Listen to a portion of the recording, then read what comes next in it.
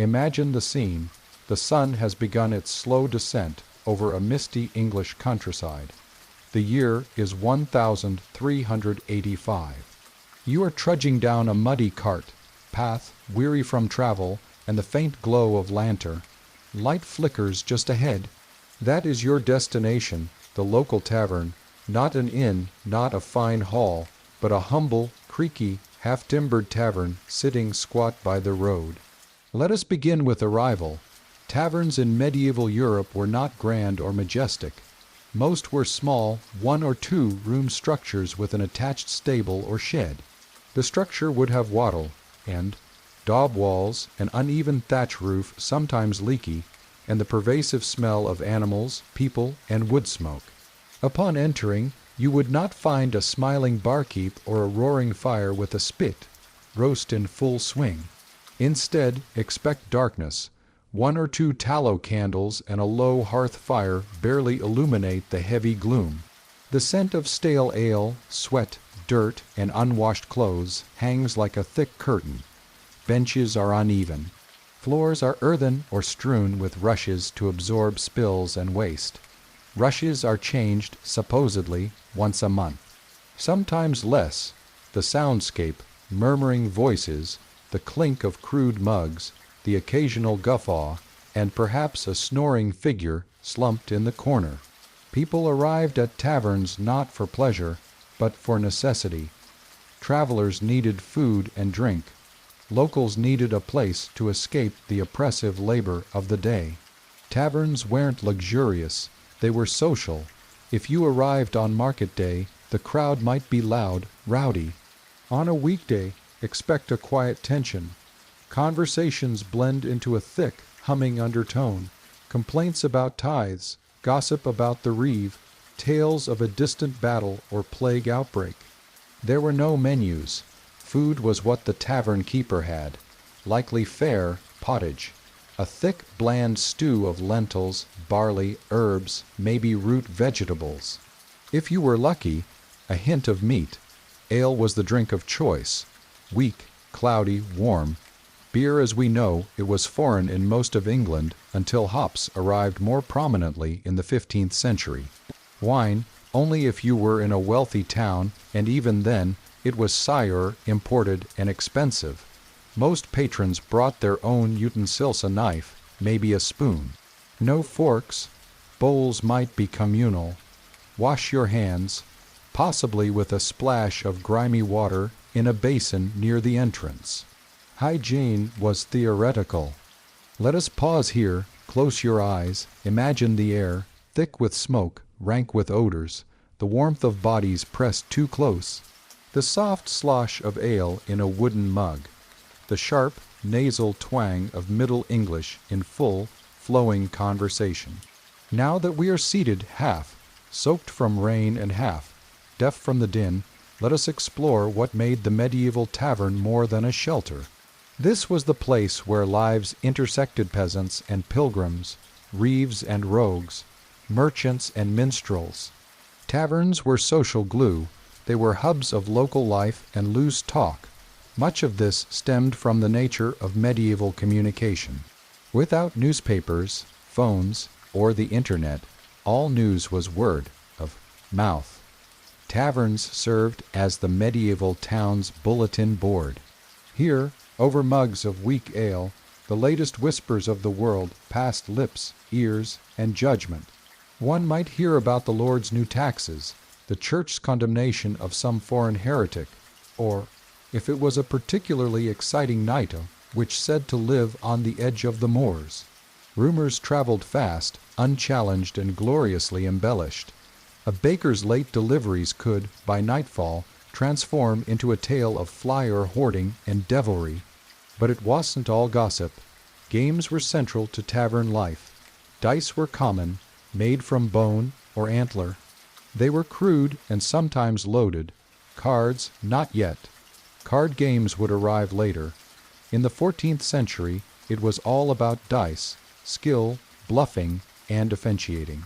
Wagers were made, tempers flared, and occasionally fists flew. Taverns also played host to singing and storytelling. Minstrels wandered from place to place, paid with coin or drink. They told tales of romance, war, saints, or far off lands. Their performance were half entertainment, half news. Illiterate audience depended on these oral histories to understand the world. Music might come from a battered lute or a tabor drum. Singing was often communal, off-key, and drunken. Yet in the candle-lit gloom, voices lifted together offered a unity rarely found elsewhere. Conflicts, too, were born in these spaces. Petty squabbles and serious feuds alike might break out in a tavern. Weapons were often banned inside, but that didn't stop the occasional dagger from flashing beneath a cloak. If tensions rose too high, the local reeve or constable might be summoned. Punishments ranged from fines to time in the stocks, or worse. More structured meetings occurred in taverns as well. Guilds, especially in towns, would meet to discuss trade, rules, or pricing. Secret meeting troubles, dissenters, or discontented peasants might also take place.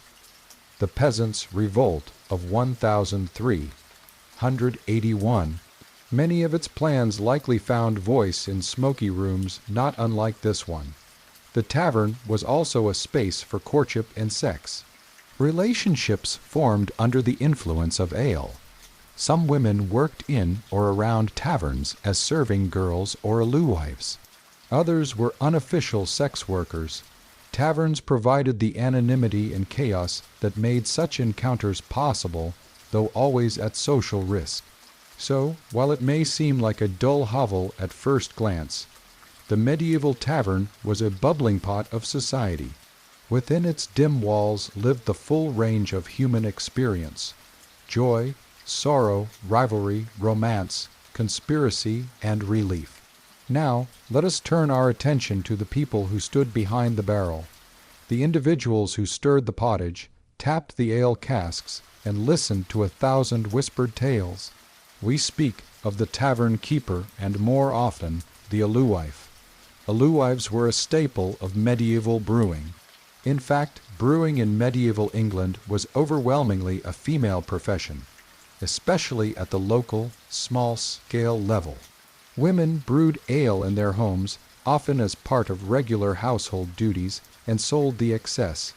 This practice was known as alew-iving, and it became such an integral part of the economy that entire streets and neighborhoods in towns might be known for their alewives.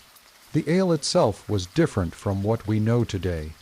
It was unhopped, made with barley, water, and yeast, though yeast was often not understood in the scientific sense. Brewing was a delicate dance of temperature, timing, and storage. Ale soured quickly. It was usually consumed within days of brewing. Alewives bore a distinctive reputation. They were known as shrewd, strong, willed, and savvy. Many were widows or single women, earning their livelihood in a society that offered few such opportunities. Because they worked publicly and engaged in commerce, they were often viewed with suspicion by authorities and the church. Medieval artwork sometimes portrayed alewives alongside devils or in hellish scenes. These weren't subtle messages. Clerics accused them of watering down ale or cheating customers. Some towns required alewives to wear identifying badges or submit to regular quality inspections by the ale taster, or ale conner, a town official who would taste and judge the brew. A tavern keeper, meanwhile, could be male or female. Unlike the small-scale alewife, tavern keepers might operate more substantial establishments, offering food, space to gather, and sometimes lodging. But their role was the same: to serve, to moderate, to provide. Running a tavern was a heavy task. The keeper had to maintain stock, secure food, keep the hearth burning, and maintain a semblance of peace. And above all, they had to account for the taxes and regulations. Ale was taxed regularly. Authorities recognized its central role in daily life and milked it for all it was worth. Measures of ale were monitored, fines were issued. If a tavern served understrength or overpriced ale, it could lead to harsh penalties. Tools of the trade included large copper kettles, wooden vats, mash tuns, and ladles. Brewing days were long and hot. Malt had to be sourced, dried, and crushed. Water had to be fetched, heated, and monitored. After fermentation, the ale was stored in barrels, then ladled out or poured into jugs. The alewife or keeper was also the tavern's unofficial judge and peacemaker. When tensions rose, they had to step in. When strangers arrived, they had to gauge intentions. When regulars drank too much, and many did, it was the keeper who had to help or evict. Some alewives became wealthy, expanding their brewing into commercial operations. A few rose to local fame, but the risks were many. Fires were common. Spoiled ale meant lost income. Gossip could ruin reputations. And of course, legal troubles were ever present. Despite the hardship, the alewife remained a respected, if sometimes feared, figure in her community.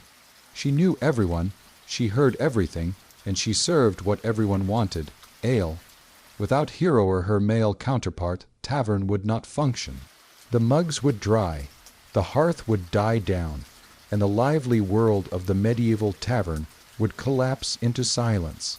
Let us now peer into the bowl, the plate, the mug, for what is a tavern without its nourishment, and what, precisely, did one consume within those grimy walls? This chapter is dedicated to the food and drink of medieval tavern life. Spoiler alert, it wasn't glamorous, but it was essential. To understand tavern fare, we must first understand the constraints of the time.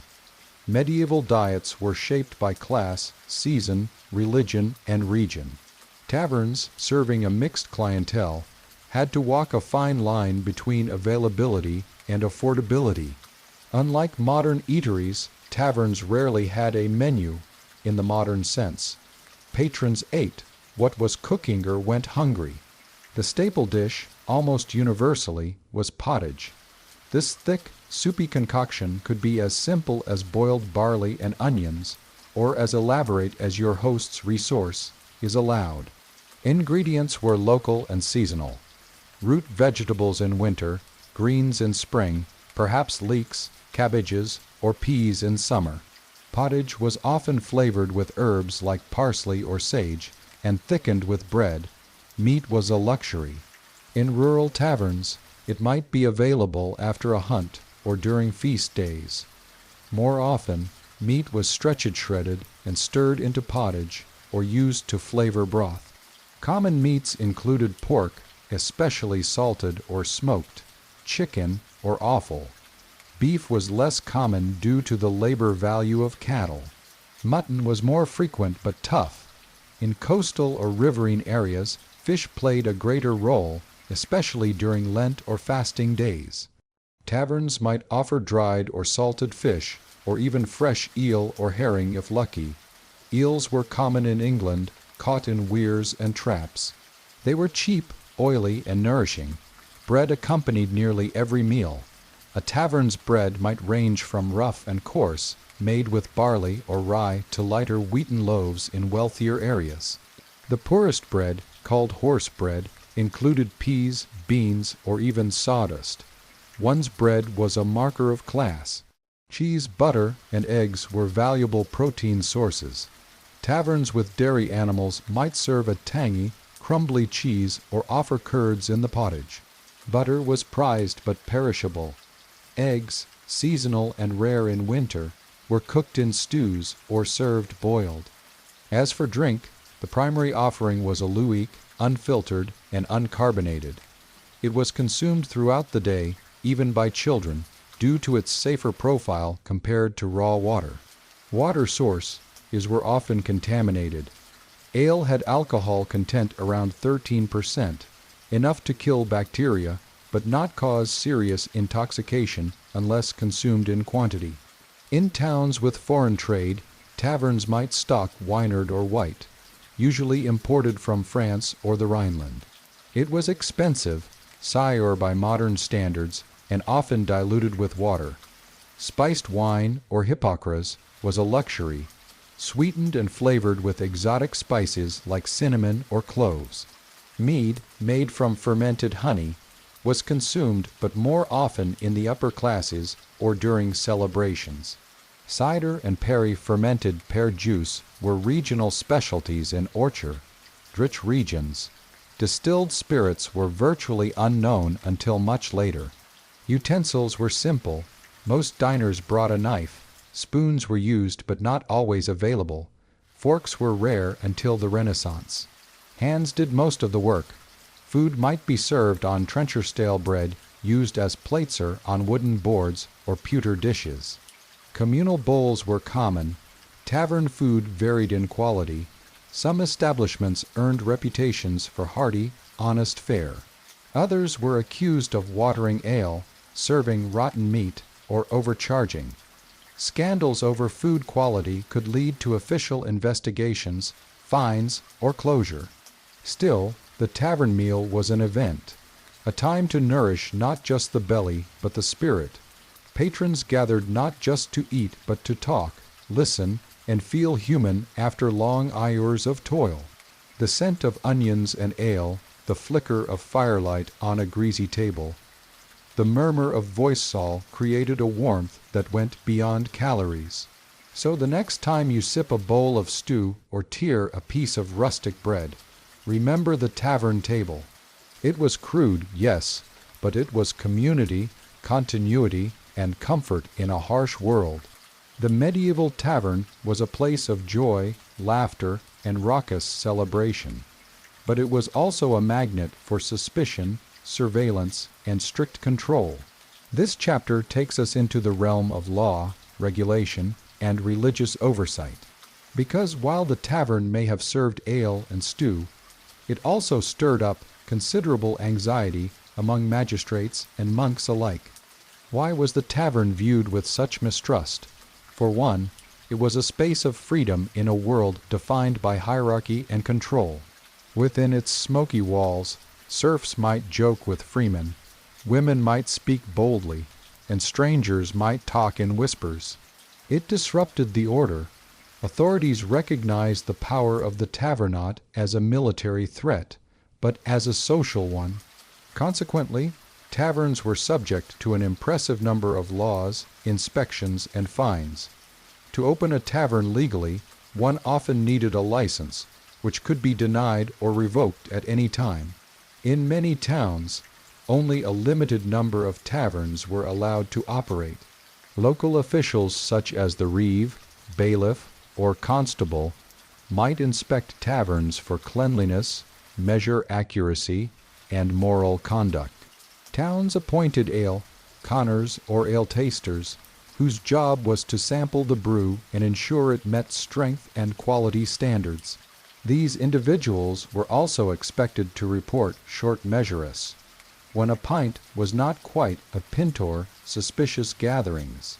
One of the most common causes for tavern fines was the sale of short measures or watered-down ale. Tavern keepers might be dragged before the manorial court or town council, fined, and publicly shamed. Repeat offenders risked losing their business altogether. Curfews were another concern. Many towns imposed limits on when taverns could be open. After dark, especially after the ringing of the curfew bell, taverns were expected to close their doors. Late night drinking was seen as dangerous both to public order and to the soul, which brings us to the church. The medieval church viewed taverns with deep suspicion. They were seen as breeding grounds for singletony, drunkenness, lechery, gambling, and idle gossip. Monks and preachers regularly denounced taverns from the pulpit. Confession manuals advised priests to ask penitents if they had spent too much time in taverns, gotten drunk, or participated in tavern brawls. Some religious reformers pushed for tavern closures altogether, especially during Lent or holy days. That said, even the church had its contradictions. Monasteries and religious houses sometimes operated their own taverns or brewed ale for sale. Monastic ale was often of high quality, and some religious orders became quite wealthy from brewing. Another concern for authorities was the presence of strangers. Taverns were natural meeting places for travelers, merchants, and pilgrims, but they could also attract vagabonds, spies, and political agitators. Laws were passed requiring innkeepers to report strangers to local officials. Some towns maintained lists of suspicious persons, and constables might question guests about their purpose and origin. Taverns also had to navigate the complex rules of social hierarchy. In some areas, laws were passed restricting who could drink with whom. Servants might be prohibited from drinking with their masters. Women might be banned from sitting at the bar or entering after dark. In extreme cases, taverns were segregated by class. Despite this web of restrictions, taverns endured. Their cultural role was too central to suppress entirely, but their very popularity ensured constant surveillance. There were also periodic moral panics. In times of plague or unrest, taverns were often shut down or blamed for spreading disorder. In times of war or rebellion, they were monitored for seditious speech. It's important to remember that taverns weren't entirely separate from the state or church. Some tavern keepers were former officials or clergy. Some paid regular bribes to maintain favor. A few even acted as informants. And so the tavern became a liminal space, a place of freedom under scrutiny, a hearth under watch, a communal table surrounded by suspicion. It was both a sanctuary and a staging where the drama of medieval regulation played out in every poured pint and whispered tale. While regulation and suspicion loomed over the medieval tavern, so too did joy, noise, and a fair bit of fun. Chapter 6 offers you a seat near the fire, where music wafts through smoky air, dice clatter on tables, and laughter competes with the thumping of a bodden drum. Let us start with music, emotional undercurrent of many tavern nights. Medieval taverns often served as informal venues for local musicians. These weren't concert halls, but noisy, crowded, convivial places where the music had to shout over voices, clinking mugs, and the occasional brawl. Minstrels, troubadours, and local fiddlers were welcome visitors, often paid in coin or ale. Instruments included the viol, a medieval fiddle, the lute, harp, and various types of pipe and tabor. The Rebecca bowed string instrument with a nasal tone could cut through noise like a knife through pottage. Drums and hand held percussion added rhythm, while vocals carried the tales, stories of love, battle, or drunken misadventure. Songs ranged from bawdy to reverent. Patrons might burst into well-known drinking songs or join in refrains. Music in taverns wasn't a performance for quiet listening. It was a communal act.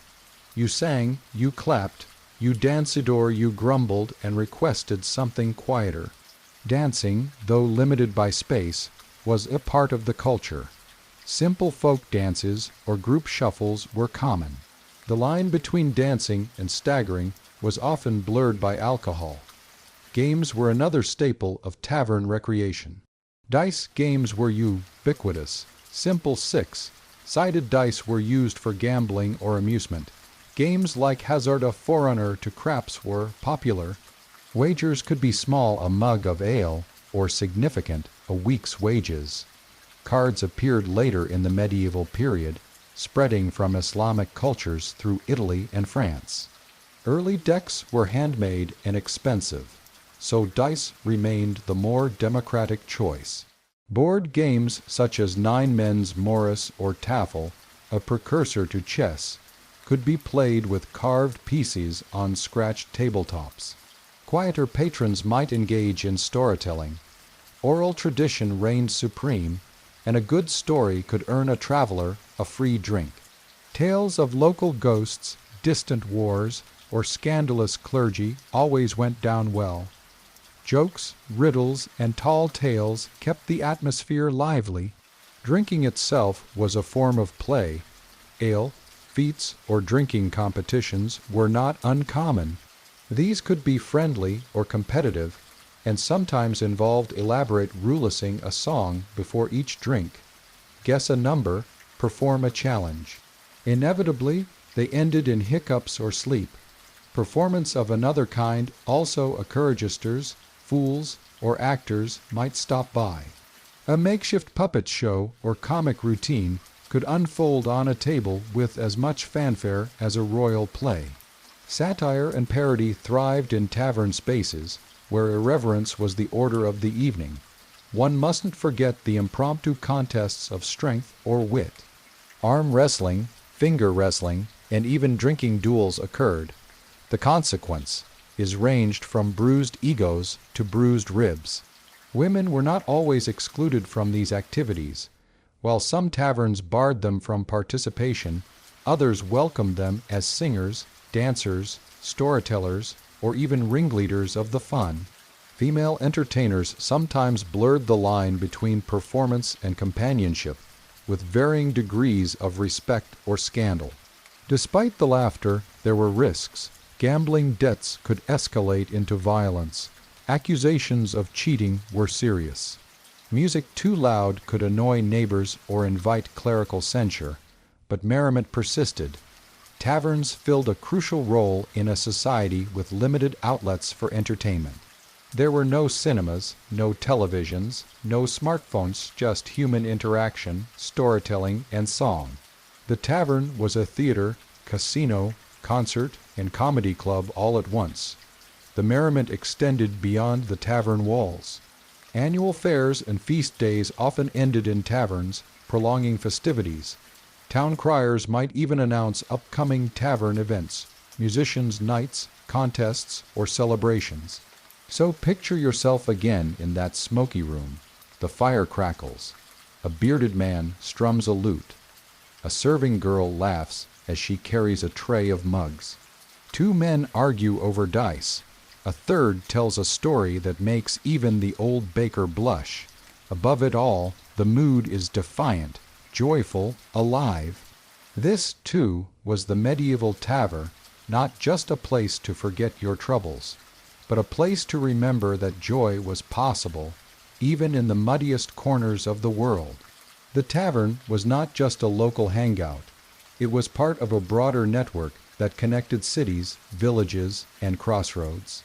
To understand this, we must look beyond the stone walls of the alehouse to the muddy, winding roads that brought people there and carried them onward. Travel in the medieval world was a risky endeavor. Roads were often unpaved and dangerous, especially during bad weather. Bandits, wolves, and the sheer fatigue of walking for days made every journey an act of determination. For those on pilgrimage, trade, or duty, the tavern or inn at the end of the road was more than comfort, it was survival. Taverns near bridges, crossroads, or town gates became natural hubs for travelers. Some were simple establishments, barely more than a roof and fire. Others were well-equipped inns, offering food, drink, and beds. These ranged in quality from clean and cheerful to flea, infested and foul, smelling. One never quite knew what one would get. The terminology can be confusing. Inns typically offered lodging and stabling for horses.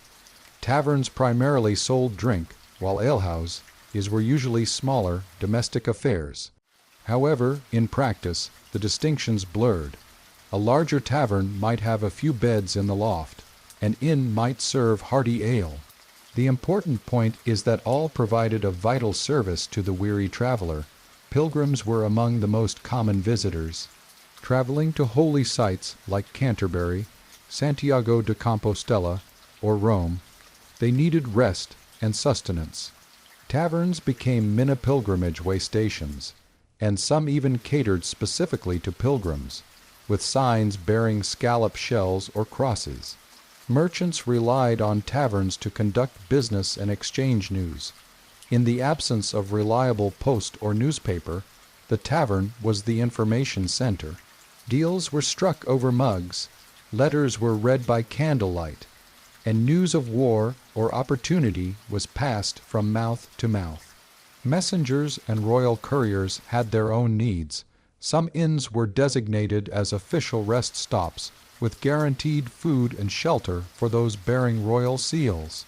For commoners, however, lodging depended on one's coin or one's charm. Horse travelers sought out taverns with stables, though stabling cost extra. Poor travelers might sleep on the tavern floor or outside under carts. The very poorest might not be welcome at all. Beggars and vagabonds were often viewed with suspicion, especially in times of plague. Inside the travel tavern, a distinct social structure emerged. Locals often had their spots near the fire or bar, while travelers were steered toward benches or back tables. Tensions could arise. Outsiders might be viewed as threats or curiosities, but they also brought stories, trinkets, and gossip, which lent variety to the tavern's rhythm. Taverns also served military travelers. Soldiers moving between garrisons or on campaign rested in roadside inns. These visits could be rowdy or dangerous, especially if discipline was lacking. Some tavern keepers dreaded the sight of armed men. The design of travel taverns reflected their dual purpose. A large central hall accommodated drinkers and diners. A staircase or ladder might lead to a loft with straw beds. The stable, often attached or nearby, housed the animals. Storage rooms held ale barrels, bread loaves, and salted meats. Travelers rarely had privacy. Shared sleeping quarters meant strangers bunked beside each other. Snores, smells, and the rustling of rats were common. A good night's sleep was a luxury. Still, the promise of warmth and food was enough to draw countless wayfarers in. Women on the road had special concerns. Traveling alone was rare and frowned upon, so female pilgrims or traders often moved in groups. Some taverns had a reputation for safety, others were known for exploitation. A discerning woman or her companion had to ask the right questions before entering. Taverns near ports or ferry crossings became international hubs. Languages, fashions, and accents mixed freely. One might find a French merchant drinking with an English knight, while a Moorish sailor dined at a nearby table. These scenes fascinated locals and unnerved authorities.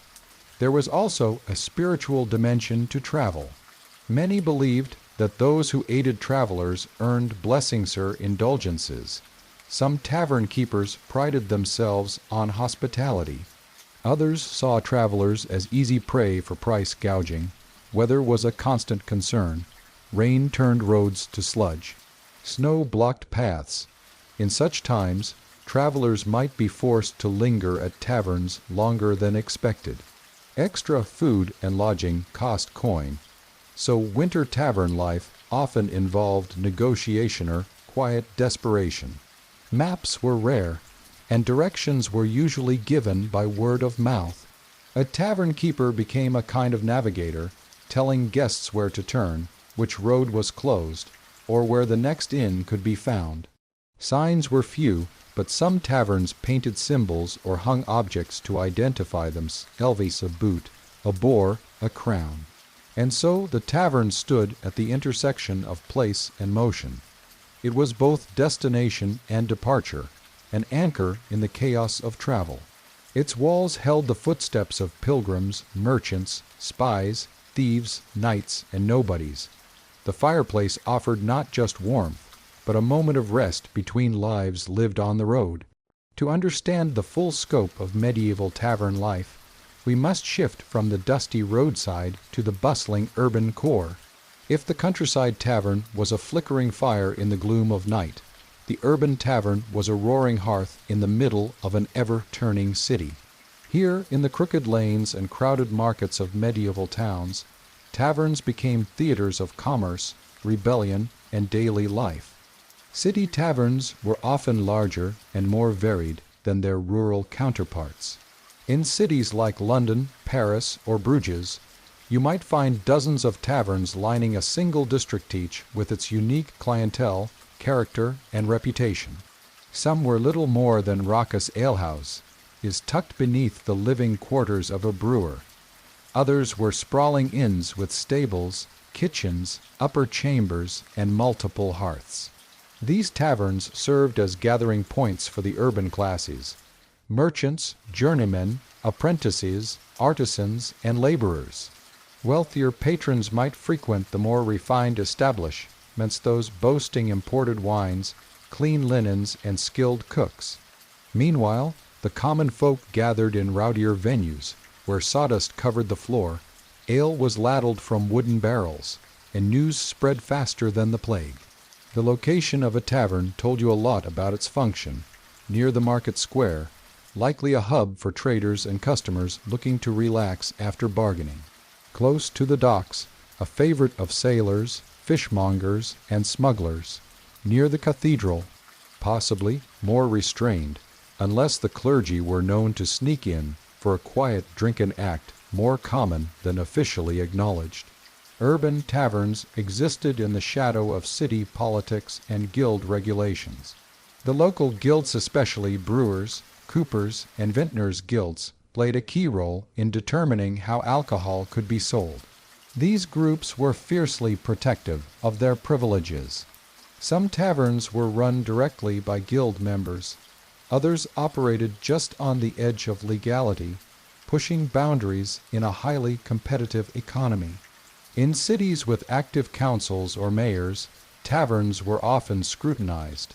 Officials worried that they bred dissent, harboring criminals and encouraging sedition. Urban riots were frequently planned in or sparked by taverns. In this way, the tavern was more than a drinking den. It was a node of urban resistance.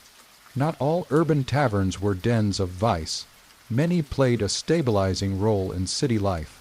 Apprentices came there to blow off steam after a long day in the workshop. Journeymen without family gathered for companionship. Poets and balladeers found audiences. Tavern walls were covered in graffiti, announcements, and advertisements.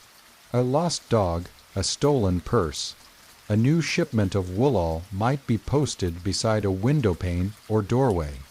Then there were the taverns of ill-reputed brothels in disguise or dens of illegal gambling. These were often located in the seedier parts of town, marked by symbols understood by those in the know: a red light, a painted animal, a curiously placed broom. Here, patrons might find company of all sorts, much of it for hire. City officials periodically raided such places, but enforcement was inconsistent. Women played varying roles in urban taverns. Some were servers, cooks, or alewives. Others were patrons, especially the wives of tradesmen or female artisans. The presence of women could either lend respectability or suggest impropriety, depending on the tavern's reputation. Entertainment in the city tavern was often more organized than in rural areas. Some establishments hired musicians on specific nights. Traveling actors occasionally performed short comedies or morality plays. During festivals or religious holidays, taverns became party centers decorated with garlands, candles, and banners. Special drinks were brewed, men sang into the night, neighbors complained, food offerings varied widely. In wealthier taverns, diners might enjoy stews made with imported spices, pies, roasted meats, and fresh bread. Cheaper venues served pottage, offal, or salt fish. Some customers brought their own food, paying only for ale or wine. Speaking of drinks, cities had access to greater variety. Urban taverns might serve ale, beer, mead, cider, and wine from local brews to barrels imported from Gascony or the Rhineland. Quality varied. Adulteration was a risk. Inspectors periodically tested ale for strength and cleanliness, but bribery and ignorance limited their success. Urban taverns also functioned as informal courtrooms and negotiation rooms. Disputes were hashed out over a jug. Deals sealed with a handshake. Witness is bribed or persuaded with a second round, While the city had official halls and judges, the tavern remained the court of common sense and strong opinions. We cannot ignore the darker sides. Theft was common. Pickpockets operated in the crush. Bar brawls broke out with regularity. Some taverns became known for knife fights or gang activity. In such places, even the furniture was secured to prevent it from becoming a weapon. Taverns were also places of surveillance. Speech both official and unofficial listened to conversations.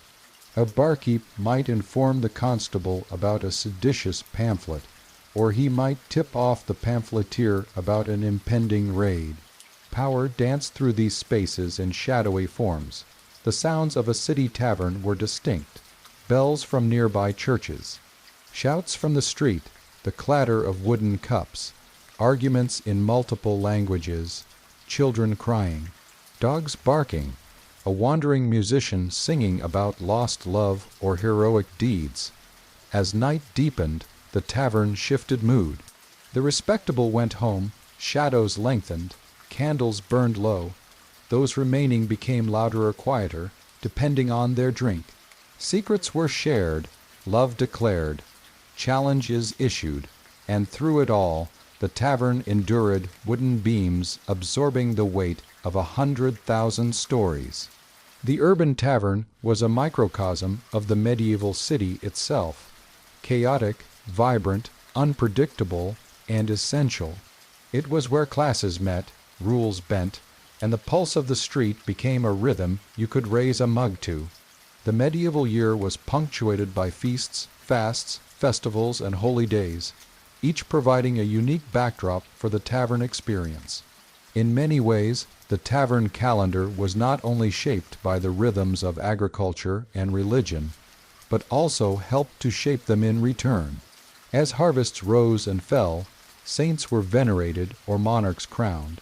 The tavern offered a space where such events were marked with music, drink, and togetherness. One of the most significant seasons for taverns was Yuletide or Christmas. In medieval times, this celebration stretched far beyond a single day, sometimes spanning from late December through Epiphany in early January. It was a period of indulgence, especially following the fasting of Advent. Taverns would be decorated with greenery, candles, and sometimes colored cloth or ribbons. Special ales were brewed for the season, often stronger and spiced with ingredients like nutmeg, ginger, or cinnamon. Patrons might enjoy minstrels singing traditional carols or comedic performance, poking fun at local officials. This season was especially lively in Northern Europe, where dark winters and cold nights made tavern fires more inviting. Drinking customs could become extravagant. In some places, a lord of misrule was elected to preside over the merrymaking. The distinction between peasant and master was momentarily upended, and the tavern played host to role reversals, pageants, and riotous games. Another major time of celebration was Easter and its lead up through Lent. Paradoxically, while Lent was a time of fasting, taverns often prepared in advance for the burst of post-Lenten activity. On Shrove Tuesday, also called Mardi Gras or Fat Tuesday, people flocked to taverns for one final indulgence before abstaining from meat, dairy, and ale. Pancakes, sausages, and sweetmeats might be served in abundance. The arrival of spring brought more than better weather.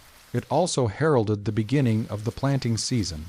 May Day, for instance, was a secular festival with pagan roots that celebrated fertility and renewal. Taverns embraced this energy by hosting dances, hiring musicians, and offering outdoor seating if space allowed. Young people often met and courted during these events, and the tavern functioned as a semi-official setting for rural matchmaking. Summer fairs and feast days, especially those honoring saints, provided other occasions for festivity. St. John's Day in June, for instance, was accompanied by bonfires, dancing, and music. Local taverns coordinated with markets and churches, extending their ayors and setting up stalls outside to serve drink to fairgoers. A successful summer fair could bring in more revenue than several regular weeks of business. Harvest festivals marked the end of summer and the beginning of the agricultural rest cycle.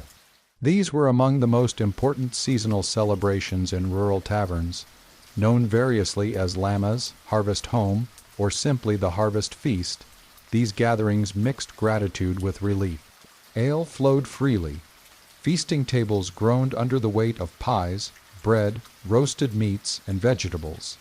Autumn also included specific saint days such as Michaelmas, September 29, and Martinmas, November 11, both of which were connected to changes in tenancy, labor contracts, and legal obligations. Taverns became natural venues for these legal and economic transitions. Patrons toasted the end of a lease or the beginning of a new appointment. Debts might be paid, at least partially, with rounds of drinks. Throughout the year, the feast day of the local saint or the patron saint of brewers such as St. Arnold or St. Bridget offered taverns a chance to blend piety with profit.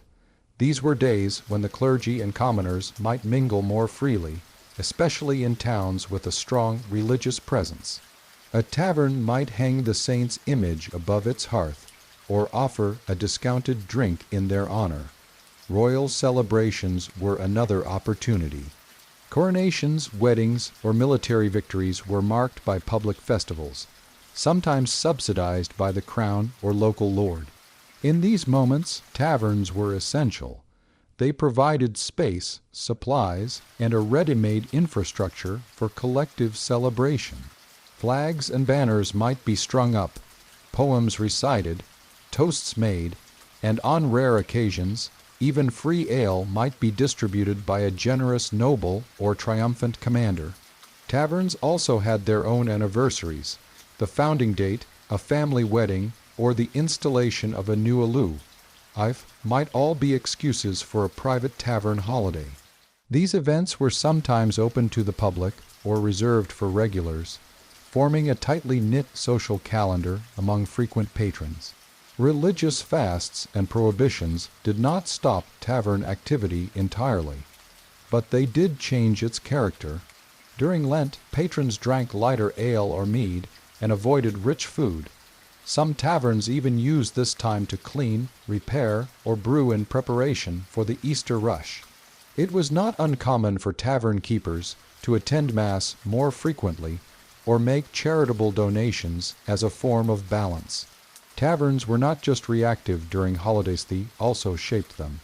A successful seasonal ale might become an anticipated tradition. A tavern's maypole dance could rival a church procession. Over time, these establishments carved out a cultural niche that was as important as any cathedral nave or village green. Evenings during these festivals had their own texture. Light from rushes or tallow candles flickered across tankards. Shadows danced on stone walls. Patrons in costume sang bawdy songs beside solemn pilgrims. Food sizzled. Coins clinked. Somewhere in the corner, an old man told stories that blurred myth and memory. The tavern's calendar reflected more than feast days. It reflected the human need to gather, to mark time, and to find meaning in repetition and celebration. In an age without digital reminders or formal vacations, these seasonal observance is helped structure the social year. Reminders or formal vacations, these seasonal observance is helped structure the social year. So while you might enter a tavern in March and find it subdued, by April it could be buzzing with Easter joy. A sleepy August evening might transform into a riotous Michaelmas toast in September. The tavern breathed with the rhythm of the land, the church, and the people. Through this seasonal cycle, medieval taverns became more than commercial establishments. They became places where history was lived, one pint, one song, one story at a time. To linger once more beneath the low, hung beams of the medieval tavern is to feel the pulse of a world both distant and familiar. The tavern was more than wood and stone. More than ale and bread, it was a living, breathing crossroads of human experience. In this chapter, we step back to consider what the tavern meant in the grand tapestry of medieval life, how its legacy still whispers in our modern habits, and why its story remains worth telling. Chapter after chapter. If one were to imagine the medieval tavern as a microcosm of its society, it would be a lively, noisy, often chaotic reflection where the day's worries were poured out alongside the ale. Stories, songs, and news spilled freely, sometimes truthful, sometimes exaggerated, but always alive. The tavern gathered the village and the town, the noble's retainer and the wandering minstrel, the laborer and the merchant, the devout and the dubious, all under one smoky roof. This mixing of social layers was unusual in a rigidly hierarchical world, and it made taverns spaces of social negotiation.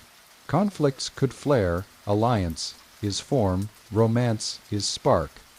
These places were crucibles of community, where shared drink softened the boundaries between status and class, if only for the length of a mug. Yet the tavern was not a perfect utopia. It was riddled with tensions, sometimes dangerous, sometimes humorous, always real. The balancing act between conviviality and chaos was one every alou, Ife and tavern keeper knew well. Ale was the heart of the tavern experience. Not merely a beverage, it was sustenance, medicine, and social lubricant. Its daily consumption was entwined with the rhythms of work and rest, of fasting and feasting. The production of ale, often managed by women brewers, was a respected craft and a source of local pride. From the mild, light ales of summer to the rich, spiced brews of winter festivals, the diversity of flavors reflected the seasons, the soil, and the ingenuity of medieval brewers. Ale's importance also lay in its safety compared to often contaminated water. Drinking ale was thus an act of preservation as much as pleasure. The medieval tavern's reliance on this humble brew connects us to a past where basic survival and social bonding were inseparable. Behind the scenes, the tavern keeper and alou, Ife, were indispensable figures. They managed the logistics of supply, navigated local regulations, mediated disputes, and ensured the hearth kept burning through long nights. Often the alou, Ife, was the community's unofficial confidante, dispensing advice alongside ale, hearing the day's news, and wielding subtle influence. Their role was precarious, balancing the demands of patrons, landlords, clergy, and local authorities. As we explored earlier, the tavern was never static. It lived by the calendar of the church and the cycles of the land.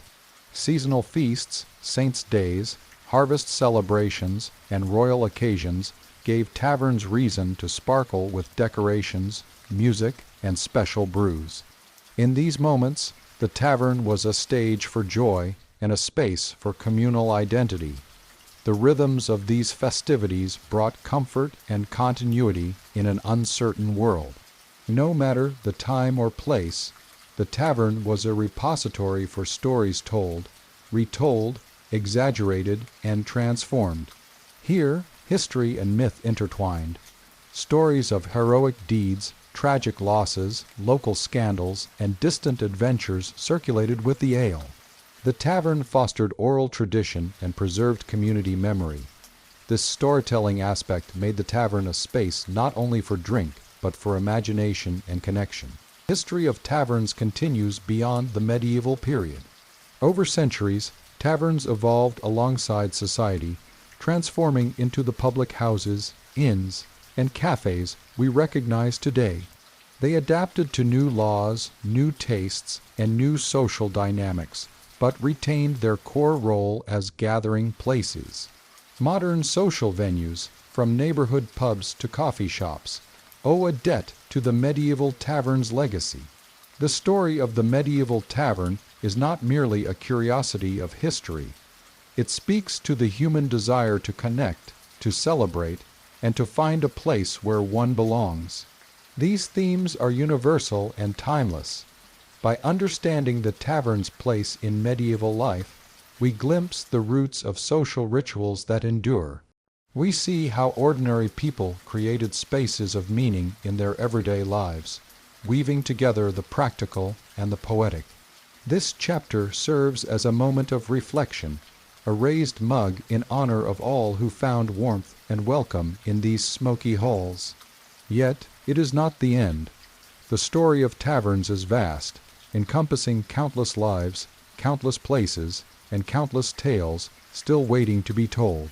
When imagining a medieval tavern, many pictures come to mind: warm fires, hearty ale, lively music, and a crowd gathered in convivial spirit. Yet, beneath this convivial surface lurked tensions, conflicts, and a darker undercurrent of violence and lawlessness. The medieval tavern was as much a place of danger as of joy, a locale where the thin veneer of social order could quickly unravel into chaos. This chapter explores the realities of crime, brawls, and attempts at law enforcement that define the less savory side of tavern life. Medieval taverns served a broad cross-section of society. They were not exclusive clubs, but public spaces open to almost anyone who could pay for a drink. This inclusivity was part of their charm, but also their challenge.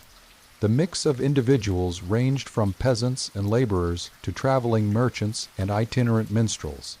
Among these honest folk were those with more dubious intention: shy women seeking a temporary refuge, thieves scouting for easy marks, or political agitators looking for sympathetic ears.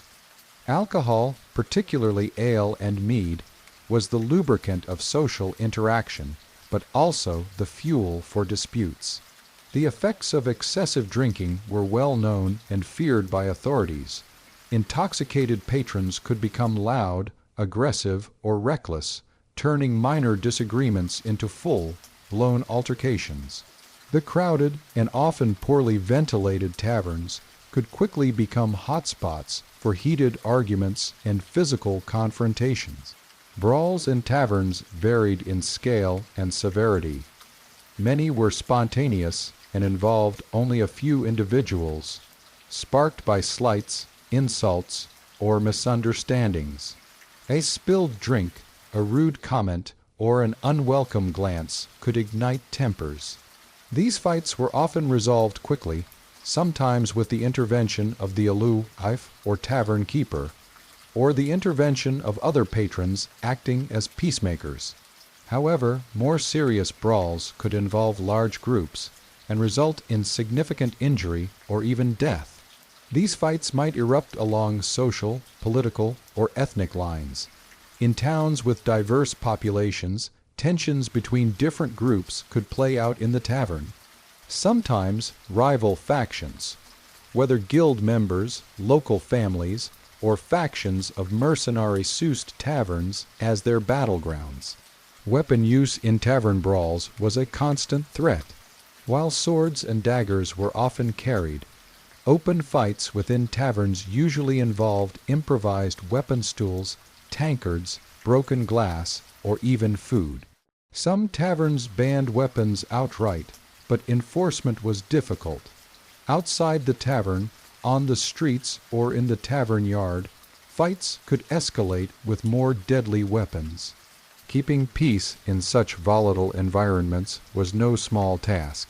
Tavern keepers and alewives were more than just providers of food and drink. They were de facto managers of public order within their establishments. Their livelihood depended on a relatively peaceful atmosphere where customers could enjoy themselves and spend money without fear of constant violence. Experienced tavern keepers developed keen instincts for diffusing tension early. They might separate quarreling patrons, issue warnings, or call on regular customers for assistance in calming the crowd. Alewives often had strong social authority, sometimes respected or feared for their ability to handle unruly guests or call on local constables if necessary. In some cases, tavern keepers would refuse service to known troublemakers or drunks, though doing so risked losing business. They had to balance hospitality with safety, a tightrope act complicated by social pressures and economic needs. Medieval authorities recognized taverns as potential hotspots for disorder and crime and sought to regulate their operations. Local magistrates, bailiffs, or sheriffs were responsible for policing taverns, but limited manpower and resources often made enforcement inconsistent. Licensing and regulation. Many towns required tavern keepers to hold license, granting permission to sell alcohol. These licenses could be revoked for disorderly conduct or failure to control patrons. The licensing system was a tool to impose some order and ensure taverns did not become lawless havens. Watchmen and patrols. Towns often had watchmen who patrolled the streets and visited taverns to maintain order. They could break up fights, arrest offenders, or close down establishments during curfew hours. However, watchmen's effectiveness varied widely. Some were diligent, others corrupt or indifferent. Punishments. The penalties for tavern-related offenses depended on severity. Minor infractions like drunkenness or disturbing the peace might result in fines, public whipping, or time in the stocks. More serious crimes, such as assault or theft, led to imprisonment, corporal punishment, or even execution. Public humiliation was a common tactic used to deter misbehavior. Community enforcement. Often, law enforcement relied on the community itself. Patrons might intervene to protect the tavern's reputation or to defend their friends. The threat of losing social standing or exclusion from the tavern community was a powerful motivator for good behavior. Beyond violence, taverns were venues for various criminal activities. Theft and pickpocketing. Crowded taverns were ideal places for thieves and pickpockets. Distracted patrons, loud noise, and dim lighting provided cover for skilled hands to relieve wallets and pouches. The tavern's semi-public nature made detection difficult.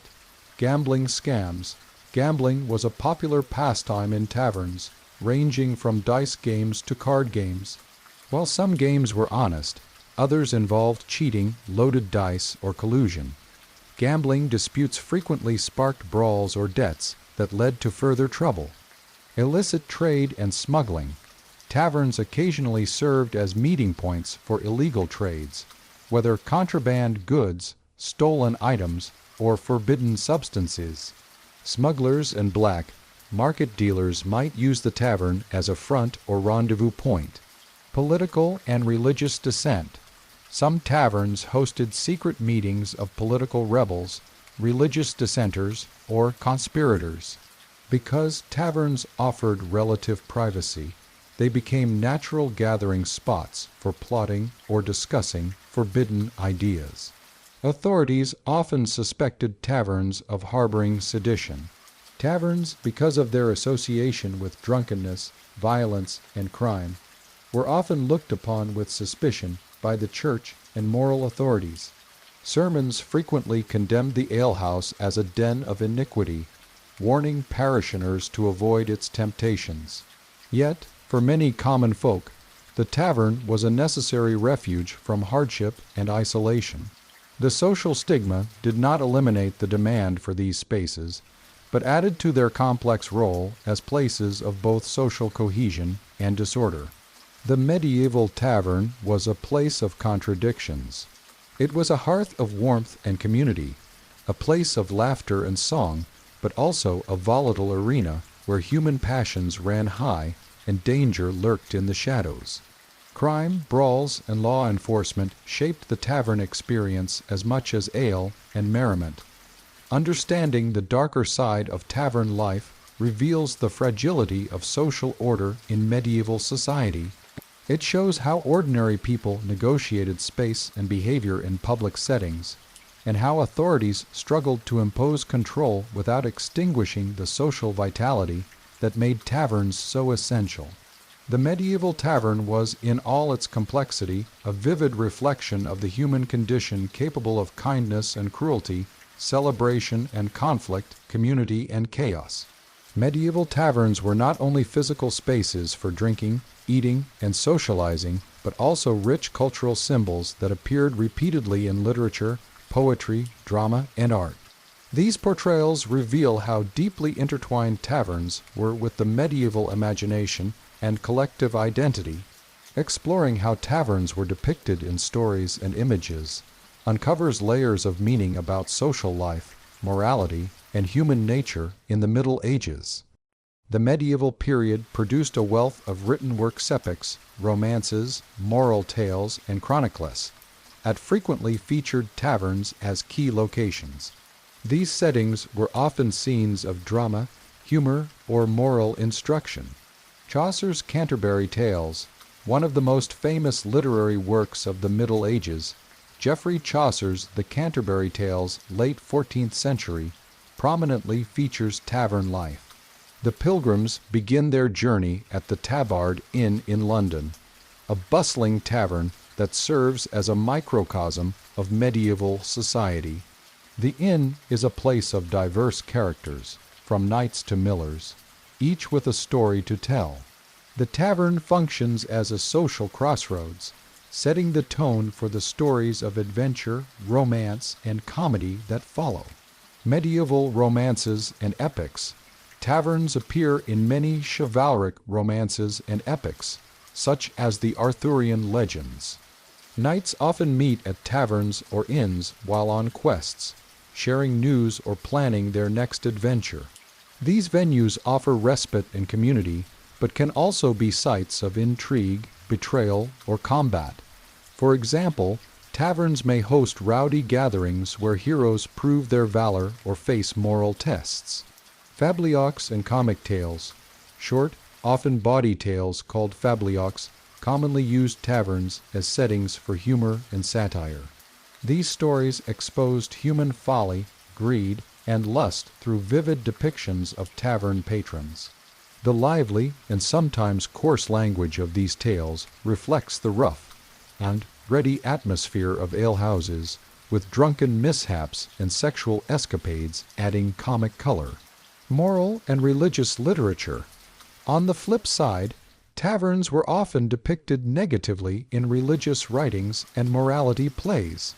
They symbolized temptation, sin, and moral decay. Clerical writers warned of the dangers of excessive drinking and idle chatter, portraying tavern-goers as foolish or wicked. These moralistic depictions served as cautionary tales to encourage temperance and virtue. Medieval drama, whether religious or secular, frequently made use of taverns as lively stages for exploring human nature and social conflict. Mystery and morality plays. While mystery plays focused on biblical stories, morality plays used allegorical characters to teach ethical lessons. Taverns and alehouses were common backdrops in morality plays, representing worldly temptation. Characters such as everyman might be lured into taverns where vice awaited, serving as metaphors for spiritual peril. Secular comedy. Outside the church, secular drama thrived in festivals and fairs, often involving comedic scenes set in taverns. These plays showcased the antics of tavern patrons' drunkenness, brawls, flirtation, and entertained audiences with their bawdy humor. Tavern scenes were perfect for physical comedy, misunderstandings, and social satire. Tavern imagery in medieval art, visual art of the Middle Ages, also captured the spirit and reality of tavern life, albeit less frequently than religious or courtly subjects. Still, the images that survive offer fascinating glimpses into how taverns were imagined. Manuscript illustrations. Illuminated manuscripts sometimes include marginalia or miniatures showing tavern scenes. These may depict groups drinking at a long table, musicians playing, or fights breaking out. The details clothing, furniture, food, and drink help historians reconstruct medieval tavern culture. Frescoes and paintings. In some church, frescoes, and secular buildings, scenes of feasting or revelry appear, capturing tavern-like atmospheres. Though often symbolic, they emphasize communal joy, abundance, and social hierarchy. Woodcuts and prints. Later in the medieval period, woodcuts began to depict everyday scenes, including taverns. These prints might show the alew, serving drinks, patrons gambling, or brawls erupting, often with a humorous or moralizing tone. Beyond written and visual media, taverns were crucial sites for oral culture. Minstrels, bards, and ordinary patrons shared songs, ballads, and stories that spread across regions. These songs often celebrated tavern life, its pleasures, characters, and dramas. Drinking songs praising ale, wine, and camaraderie were staples in taverns. They could be raucous and bawdy or warm and nostalgic. These drinking songs helped forge group identity and fostered a sense of belonging. Storytelling traditions. Storytelling was a key tavern activity.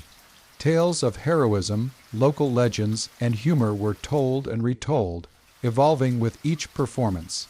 The oral transmission of stories helped maintain cultural memory and entertained travelers and locals alike. The varied portrayals of taverns in medieval culture reflect their ambivalent status. They were at once necessary social hubs and potential sites of disorder, places of friendship and risk, sources of pleasure and temptation, spaces of social equality and difference. Tavern scenes in literature and art often highlight the mixing of social classes.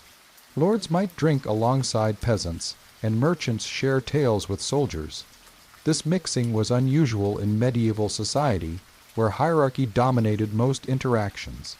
Taverns temporarily leveled social distinctions, creating a unique space for interaction. Symbols of freedom and danger. Taverns symbolized a kind of freedom to speak, drink, and be merry outside the rigid structure of court or church. But this freedom carried dangers, excess, conflict, and moral peril. Writers and artists used taverns to explore these tensions, making the alehouse a powerful metaphor. Moral lessons. Many medieval works used taverns to teach moral lessons, warning against the sins of gluttony, drunkenness, and lust. Through vivid depictions of tavern life, audiences were reminded of the need for moderation and piety. The depiction of taverns in medieval culture laid the groundwork for how alehouses would be portrayed in later literature and art. The archetypes of the bawdy innkeeper, the wandering knight, the raucous crowd, and the rowdy brawl persist in Renaissance drama, folk tales, and even modern media. By studying medieval literature and art, we gain insight not only into the physical tavern, but also its symbolic power. How a simple place of drink and food became a stage for stories about humanity itself. In any medieval tavern, the tavern keeper was the pivotal figure. Often called the innkeeper or alew, in the case of women, this person bore the responsibility of not only managing the day-to-day operations, but also maintaining a delicate balance between hospitality and control.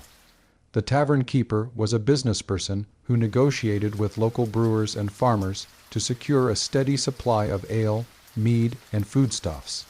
These supplies were sometimes brewed or grown locally, but in towns, tavern keepers might also import special ales from other regions. Running a tavern was a precarious venture. The alewife or innkeeper had to keep the ale fresh and plentiful, the hearth warm, and the customers content but not unruly. They often had to enforce rules to prevent drunken brawls, and sometimes they were called upon to settle disputes among patrons or to eject those who caused trouble. In smaller villages, the tavern keeper often knew every regular by name and was a trusted figure within the community. Women in the role of alew were especially notable. While medieval society was largely patriarchal, many taverns were run by women who could wield surprising economic power and social influence through this position. Alewives were sometimes celebrated for their brewing skill and hospitality. but could also be the subject of suspicion and moral judgment.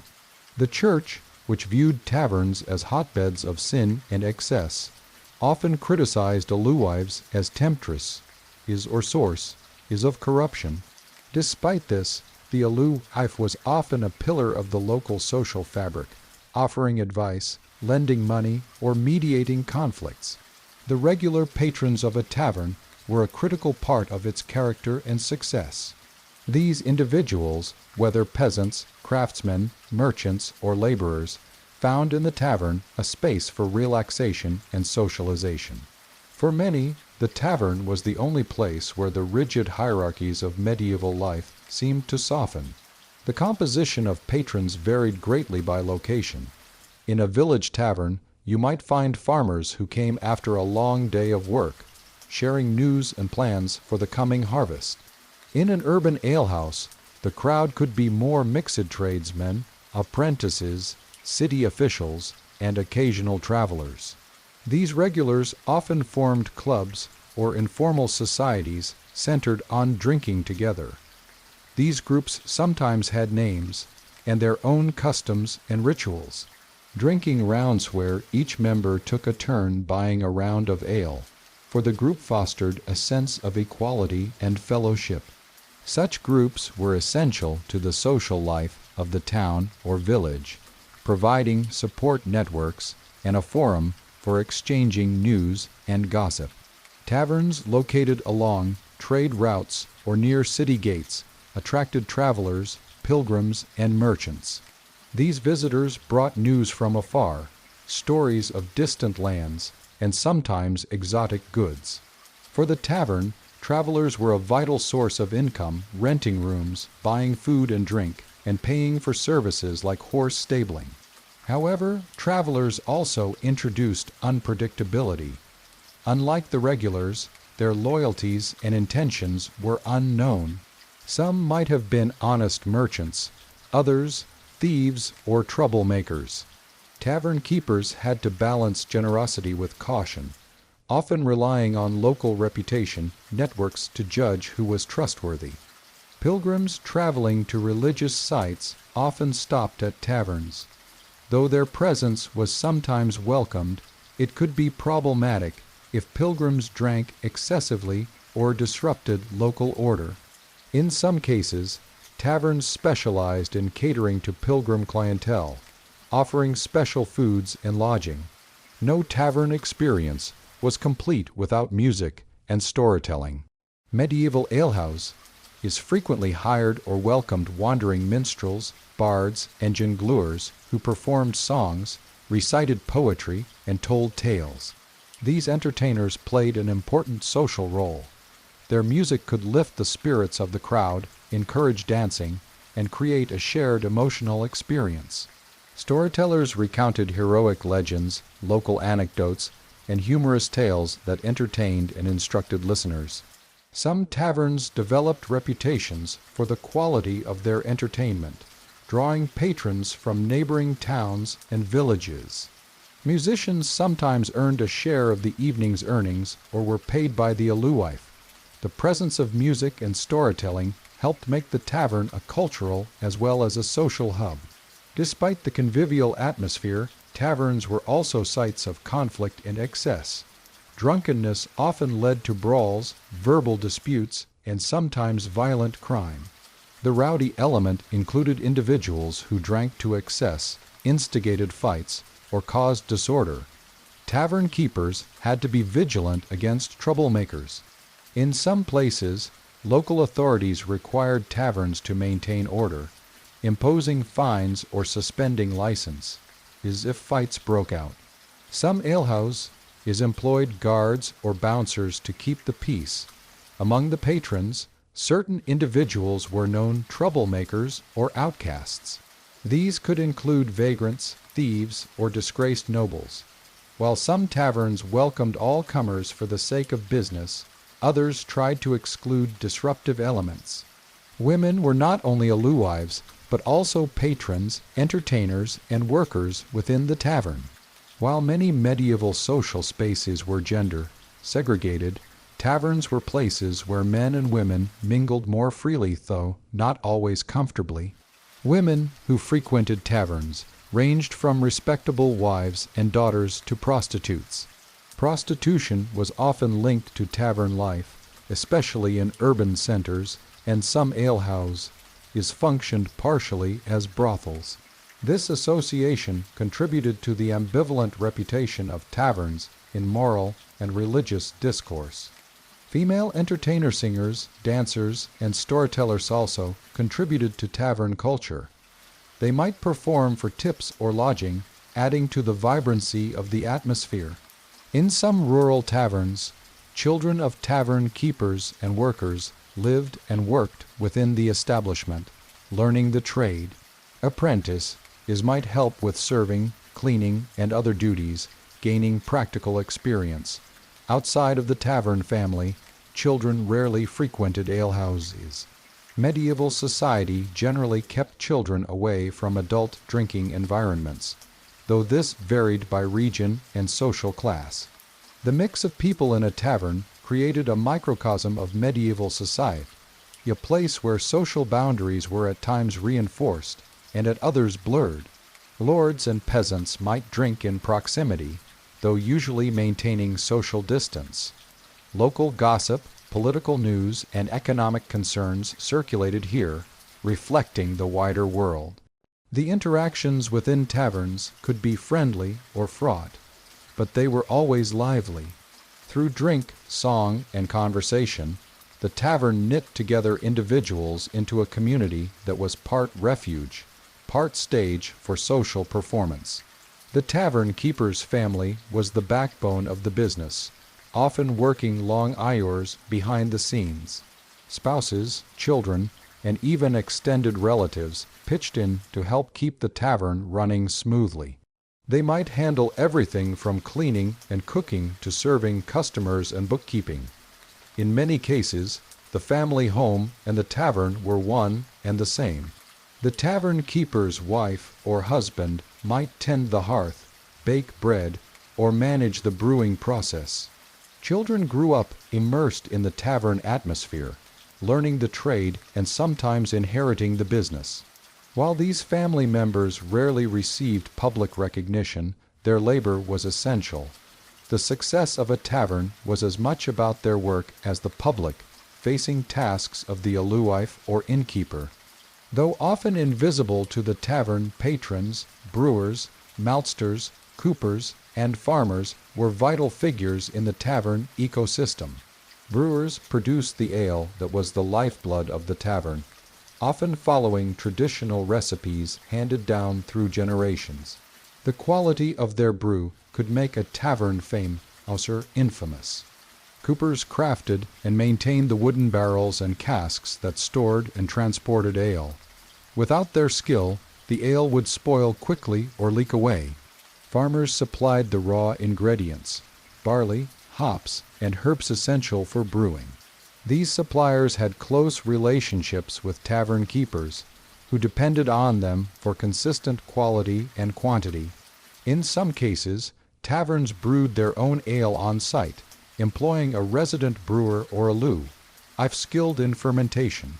The relationship between taverns and the church was complex and often fraught with tension. The clergy frequently criticized taverns for promoting drunkenness and vice, but in reality, religious figures also interacted with tavern life in nuanced ways. Some priests used taverns as places to connect with their parishioners in informal settings, while others condemned the alehouse as dens of sin. Monastic communities themselves brewed beer and ale, contributing to local supply. On holy days, clergy might visit taverns to ensure that celebrations did not cross into disorder.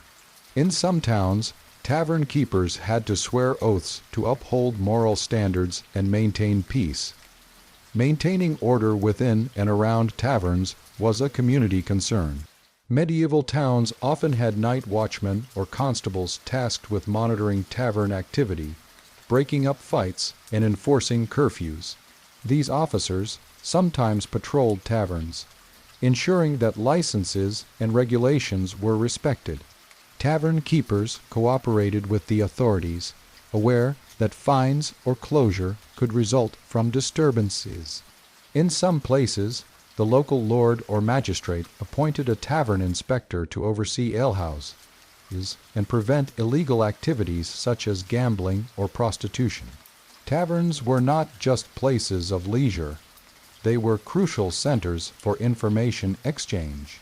News from neighboring villages, market prices, royal decrees, and political rumors circulated rapidly among tavern patrons. Regulars discussed everything from local disputes to wars abroad. Taverns hosted meetings for guilds, political factions, or religious groups, serving as informal forums where decisions could be debated and alliances forged. This role made taverns both valuable and potentially dangerous. Authorities kept an eye on alehouses to prevent seditious plotting or the spread of unrest. Beyond daily workers and regulars, taverns often brought in extra hands for seasonal events and festivals. During busy times like harvest festivals, Christmas, or local fairs, taverns expanded their staff to handle increased crowds. Temporary servers, cooks, musicians, and cleaners were hired or volunteered, swelling the tavern's workforce. These events could transform the tavern from a quiet meeting place into a bustling festival ground, with all the attendant energy and chaos. This influx of people often brought new faces and social mixing. Outsiders could meet locals, merchants could pitch wares, and entertainers could gain wider audiences. In towns and along trade routes, taverns sometimes competed fiercely for customers. Rival alehouses might vie for business by offering better ale, more entertainment, or lower prices. At the same time, taverns formed networks, sharing information, patrons, and sometimes staff. Inns along a pilgrim's route would cooperate to accommodate travelers moving from town to town, ensuring consistent service. These relationships created a medieval hospitality industry, with both collaboration and competition shaping the landscape. Taverns were deeply embedded in the cultural life of their communities. They were places where local dialects, humor, and traditions were preserved and evolved. A tavern's identity could become a source of pride. Some taverns became famous for particular ales or dishes, others for their music or storytelling traditions. The names of taverns often referencing animals, saints, or local legend reflected their role as cultural landmarks. Through the characters who frequented them, taverns helped shape the identity of the village or town. They were gathering place, not just of people but of shared histories and values. The medieval tavern was more than a simple building, it was a carefully designed social and economic hub, constructed with both practicality and atmosphere in mind.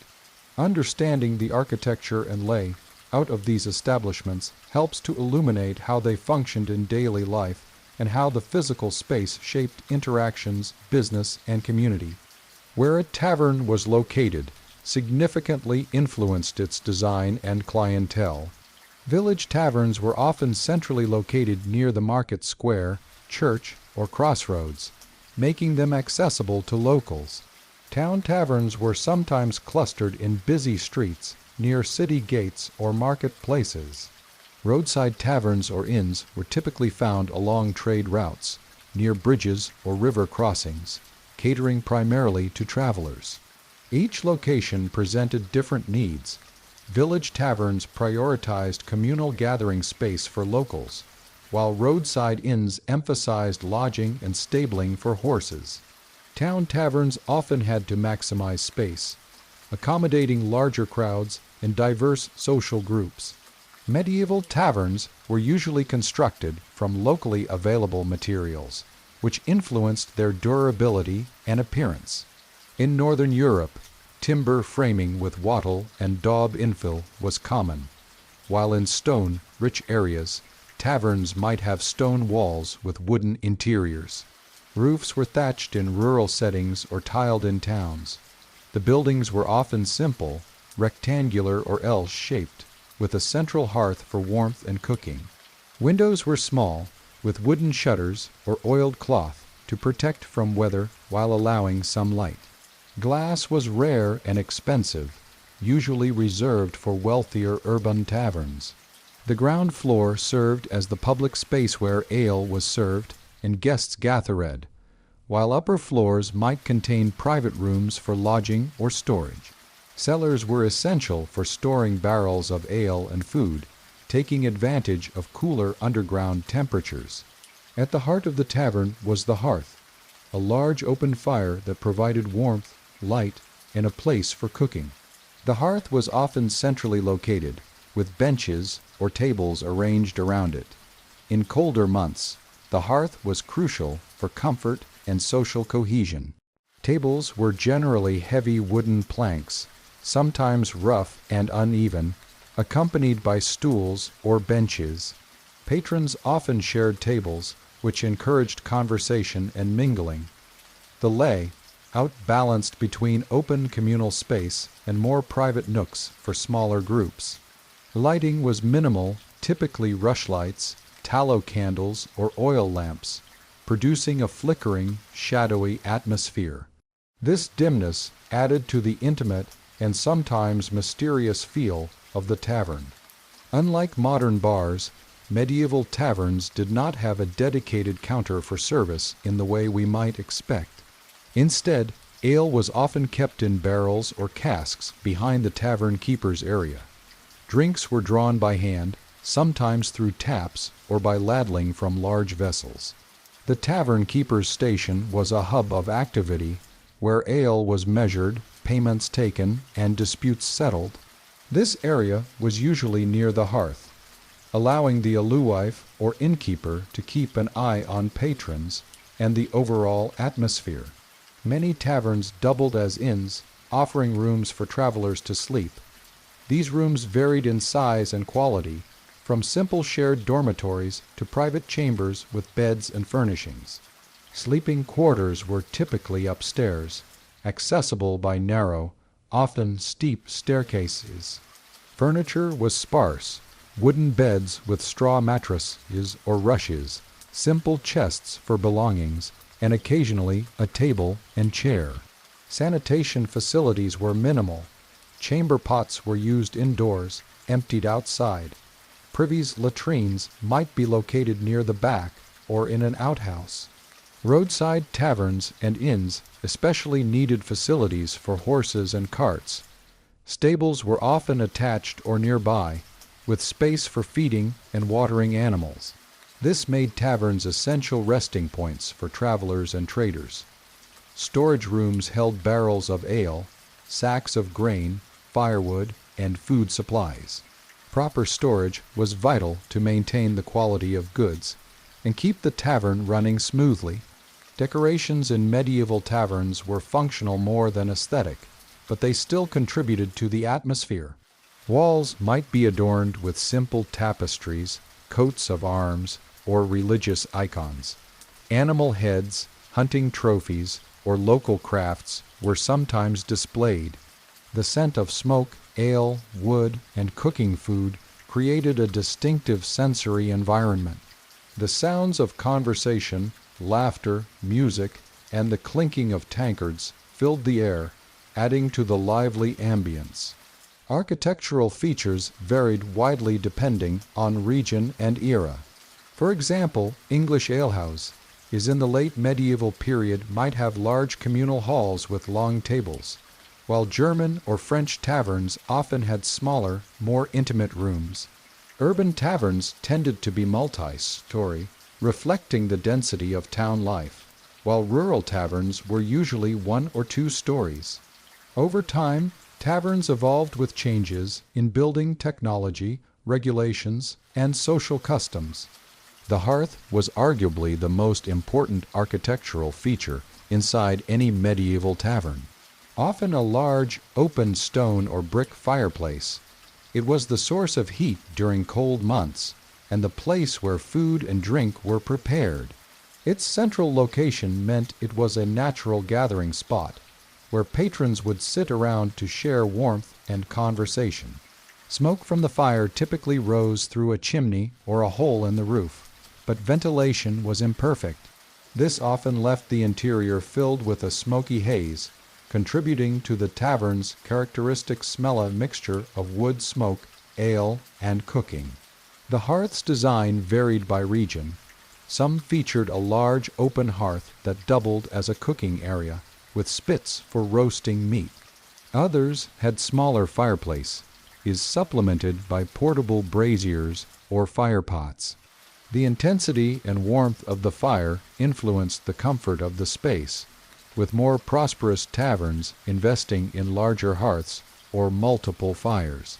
Seating arrangements inside taverns were often informal, but they could reflect social hierarchies. Communal tables encouraged mingling and the exchange of news, while benches or stools might be arranged around the edges for those seeking quieter space or status. In some taverns, the most prominent seats near the hearth or at a raised platform were reserved for the landlord or important guests. This spatial hierarchy reinforced social order within a seemingly egalitarian setting. During festivals or special events, seating might be rearranged to accommodate larger groups or to create space for dancing and performances. Windows in medieval taverns were typically small and high to deter thieves and keep out the cold. They often lacked glass panes, instead being covered with oiled cloth, wooden shutters, or lattice work. This limited natural light inside, contributing to the dim, cozy atmosphere. Doors were substantial wooden constructions, sometimes reinforced with iron bands. Taverns needed to control access both for security and to regulate who entered. Some had separate entrances, one for regular customers, another for travelers or servants. In some cases, taverns featured a snug or private room near the entrance where less desirable patrons could be seated or separated. Floors were commonly made of packed earth, wooden planks, or stone slabs. Earthen floors were cheaper but dustier and less sanitary, while stone or wood floors were more durable and easier to clean. Tables and benches were roughly hewn, often showing wear from years of use. The tavern interior was a blend of rough practicality and the occasional decorative flourish, such as carved wooden beams or painted wall panels in wealthier establishments. Behind the public room, taverns had spaces reserved for storage, food preparation, and brewing. These areas were typically cramped and poorly lit but vital to operations. Barrels of ale and wine were stored here, along with sacks of grain, salt pork, dried herbs, and other provisions. Some taverns brewed their own ale, requiring fermentation vats and brewing tools. Backrooms might also serve as private meeting places or temporary lodging for trusted guests. Not all taverns were confined indoors, especially in rural areas or during warmer months. Outdoor spaces were important extensions of the tavern's social area. Courtyards offered space for outdoor cooking, horse stabling, and socializing. Gardens might supply herbs used in brewing or cooking. Some taverns had shaded beer gardens where patrons could drink in the fresh air. Markets or fairs might set up stalls outside the tavern, turning the outdoor area into a bustling hub. Despite the frequent use of open flames, taverns took precautions against fire, a constant threat in timber-built medieval towns. Hearths were surrounded by stone or brick, and flammable materials were kept away. Doors and windows were sturdy to prevent burglary or intrusion by rowdy patrons. In some towns, tavern keepers were required to have locks and keys inspected regularly. From simple rural alehouses to grand urban inns, tavern architecture evolved significantly over the medieval period. Early establishments were rudimentary, emphasizing function over form. Over time, as wealth increased and social customs shifted, taverns gained more specialized rooms and decorative features. The rise of guilds and regulations also influenced design, with some towns requiring taverns to have separate spaces for different classes of patrons or specific sanitation facilities. By the late Middle Ages, many taverns incorporated features such as guest registers, multiple floors for lodging, and even dedicated performance spaces. The design of the tavern did not merely accommodate social life, it shaped it. Communal tables encouraged conversation and mixing of social groups. The central hearth fostered a sense of warmth and shared experience. Private rooms allowed for discreet meetings or romantic encounters. Architectural constraints also shaped behavior. Limited lighting encouraged closer gatherings. Narrow doorways and stairs controlled flow and sometimes reduced noise or disorder. In sum, the medieval tavern was a complex environment, reflecting the social, economic, and cultural realities of its time. Its architecture and layout balanced the needs of hospitality, commerce, community, and regulation. More than just a place to drink, the tavern was a living space where people met to celebrate, negotiate, rest, and connect. The design of the building, from its hearth to its stables, told a story of daily life in medieval Europe, offering a window into the rhythms and rituals of the past.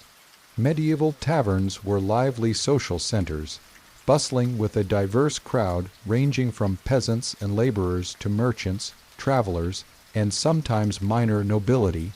Despite the noise, drinking, and occasional rowdiness, taverns had their own set of etiquette and behavioral norms that patrons generally observed. These unwritten rules helped maintain order, ensured fair treatment, and shaped the overall tavern experience. Taverns were rarely strictly segregated by class, but social boundaries did influence who frequented particular alehouses and when.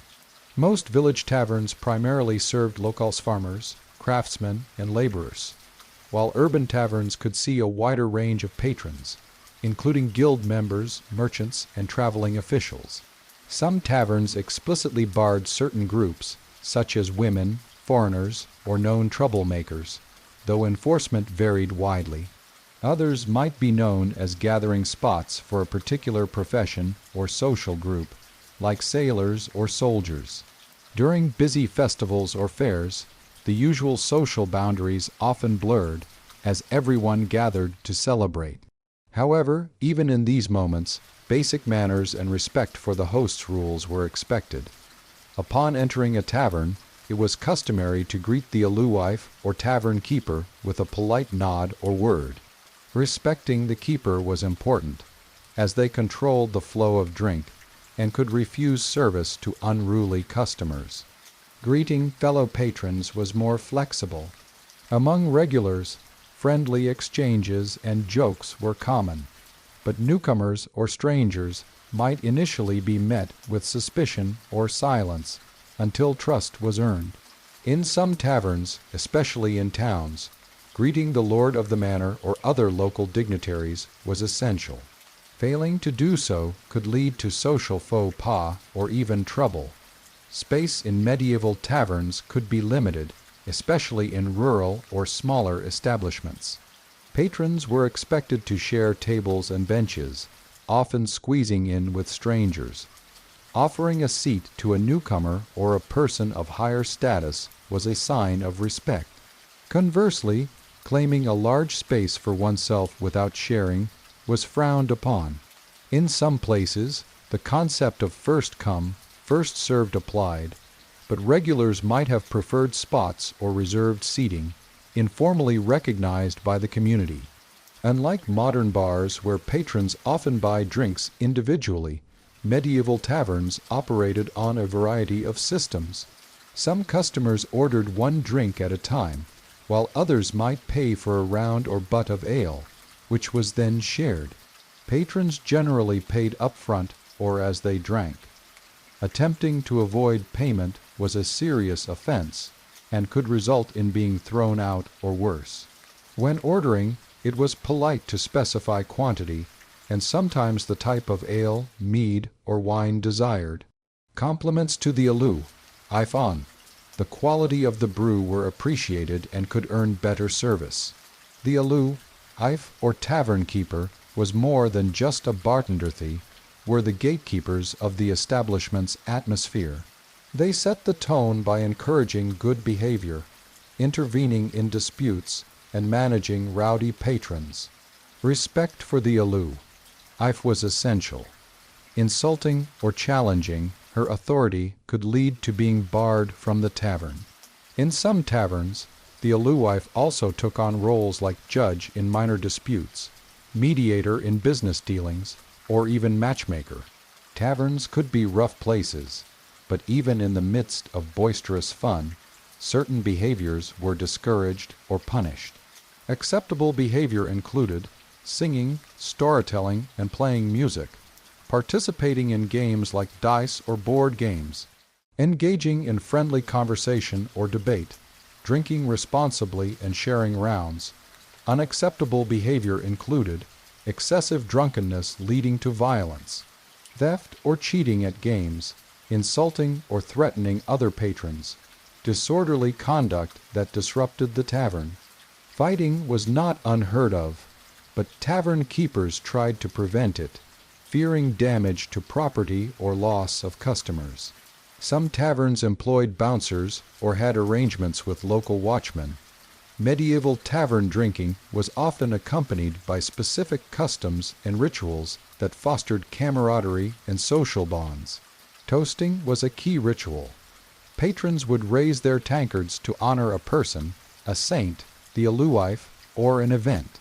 Failing to return a toast was considered rude. Sharing the cup was common, especially among friends or close acquaintances. Drinking from the same vessel symbolized trust and unity. Rounds or butts of ale might be purchased collectively, with the provider gaining social credit. Drinking songs and chants encouraged participation and created a festive atmosphere. The presence of women in taverns varied considerably. In some places, women, especially aluaves, were the central figures.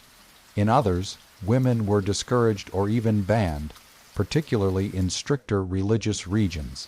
Where women did frequent taverns, they often played specific social roles, such as entertainers, servers, or participants in certain games and dances.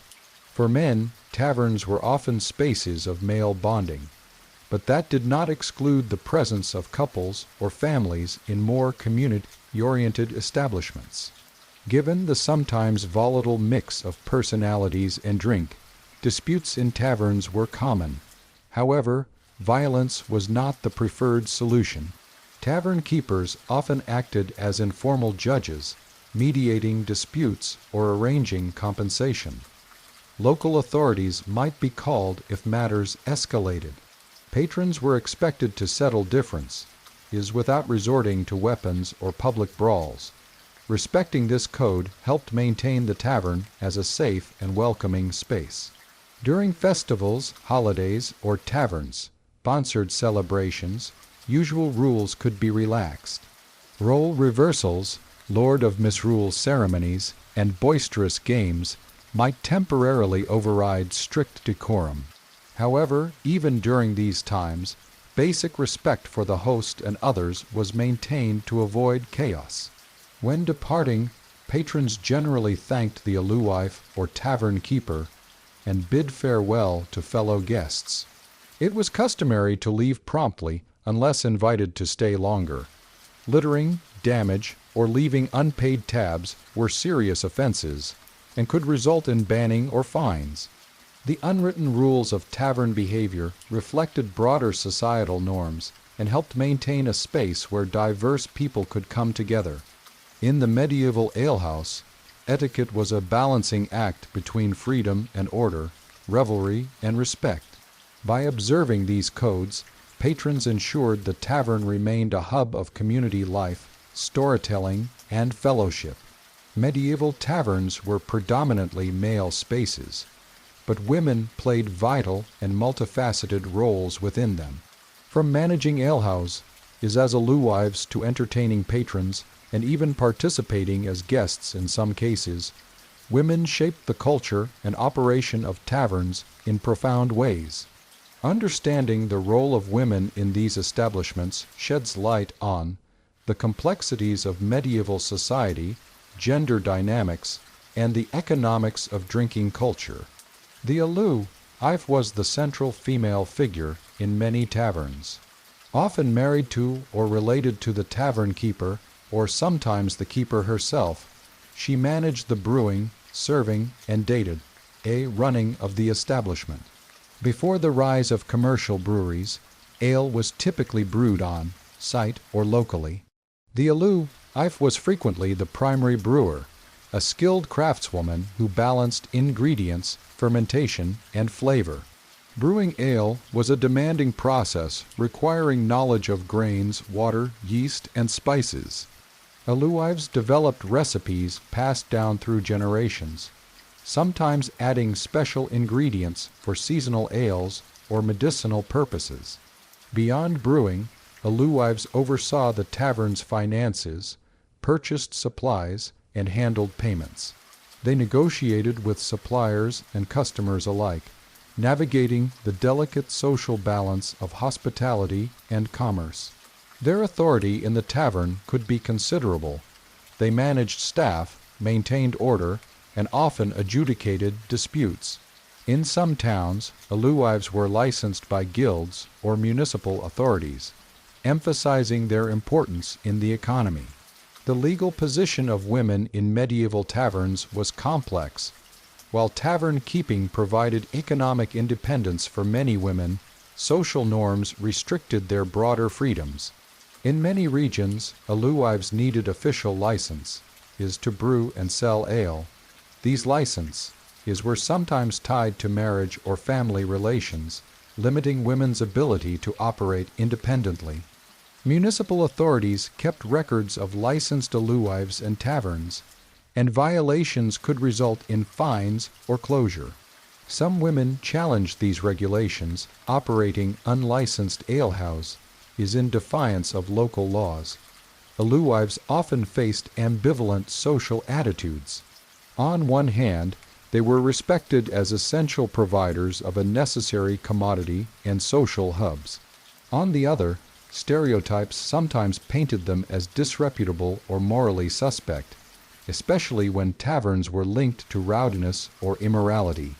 Some literary and legal sources depict alewives as strong, willed and shrewd, occasionally outmaneuvering male competitors or asserting authority in male-dominated spaces. Women frequently contributed to tavern culture as entertainers, providing music, dance, and theatrical performances that enlivened the social atmosphere. Female musicians, often playing instruments like the harp, lute, or pipe, performed songs ranging from devotional ballads to bawdy drinking tunes. These performers might be hired professionals, traveling minstrels, or local women with recognized talents. Their presence attracted patrons and increased tavern profits. Dance was integral to tavern festivities, especially during holidays and special events. Women dancers often performed traditional folk dances, encouraging audience participation. Some taverns hosted traveling theatrical troupes that included women actors, who performed short plays or comedic sketches, sometimes involving satire of local figures or politics. Women's roles as patrons of taverns were less uniform than those of men and varied by region, class, and occasion. In some rural communities, women regularly visited taverns, especially those connected to market days, festivals, or social gatherings. Women might drink ale, enjoy music, and socialize with neighbors. Certain taverns were known to welcome women openly, sometimes dedicating specific rooms or times for their presence. In other places, religious and social norms discouraged or forbade women from frequenting taverns. Clergy often condemned taverns as places of vice, particularly targeting women as morally vulnerable or corrupting influences. During periods of religious fasting or social tension, taverns might bar women or impose strict behavioral expectations on them. Taverns were sometimes linked to prostitution and sexual transactions, blurring the line between hospitality and vice. Some women in taverns worked as sex workers, either independently or under the control of a tavern keeper or pimp. Taverns could serve as places for arranging or conducting these encounters. Authorities occasionally regulated or suppressed such activities, but enforcement was inconsistent. Religious leaders frequently condemned alehouses as dens of sin, targeting both male drinkers and female tavern workers. Efforts to close taverns, restrict alcohol sales, or impose behavioral codes often reflected concerns about women's morality. However, women's presence in taverns also challenged strict gender roles, offering them economic opportunities and social interaction otherwise limited. Many alewives balanced tavern duties with family responsibilities. Taverns often doubled as homes, with living quarters attached or above the public rooms. Children and relatives frequently helped with brewing, serving, cleaning, and other tasks. Family-run taverns were common, with skills and traditions passed down through generations. This integration of domestic and commercial life created complex dynamics, blending public hospitality with private life. Managing a tavern while caring for a family required resilience and adaptability. Alewives had to navigate economic fluctuations, social scrutiny, and the physical demands of the work. Women's roles in taverns varied widely across medieval Europe due to cultural, legal, and economic differences. In England, alewives were common and often respected for their brewing skills. Licensing systems sometimes recognized women as official tavern keepers. However, popular stereotypes also portrayed alewives as quarrelsome or untrustworthy. French taverns featured alewives and female entertainers, especially in urban centers.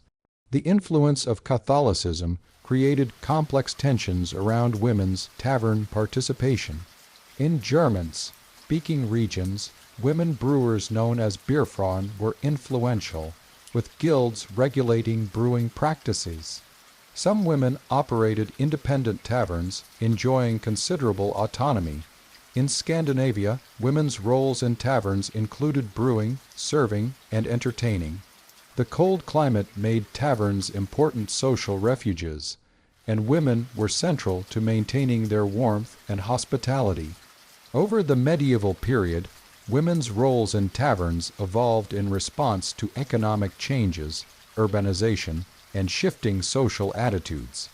The growth of commercial breweries reduced small-scale brewing by alewives, sometimes marginalizing women's direct involvement in production. Urbanization created new opportunities for women as tavern workers, entertainers, or proprietors, but also intensified regulation and moral scrutiny. Women's participation in taverns contributed to broader social transformations, challenging rigid gender norms and expanding women's public presence. Though often overlooked, women were indispensable to the life and culture of medieval taverns. As alewives, entertainers, patrons, and more, they shaped the tastes, rhythms, and social dynamics of these vital communal spaces.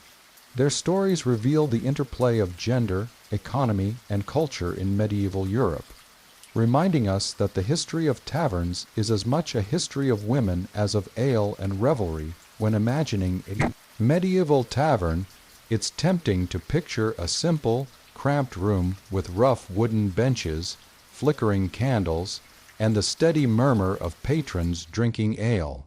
While some taverns certainly fit this description, the reality was far more varied and architecturally fascinating.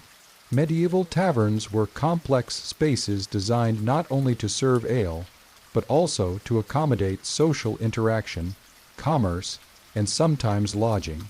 Their design reflected their functions, the local environment, available materials, and evolving cultural practices. In this chapter, we explore the typical architectural features and layouts of medieval taverns across Europe, the ways these spaces catered to their diverse clientele, and how the buildings themselves acted as stages for social and economic life. Medieval taverns could be found in many settings: bustling city streets, market squares, village crossroads, near castles or monasteries, and along important travel routes. The location influenced their architecture and layout. Urban taverns. These establishments often squeezed into narrow, multi-story buildings. Space was limited, so taverns were vertically arranged, with public drinking rooms on the ground floor and private chambers or lodging upstairs.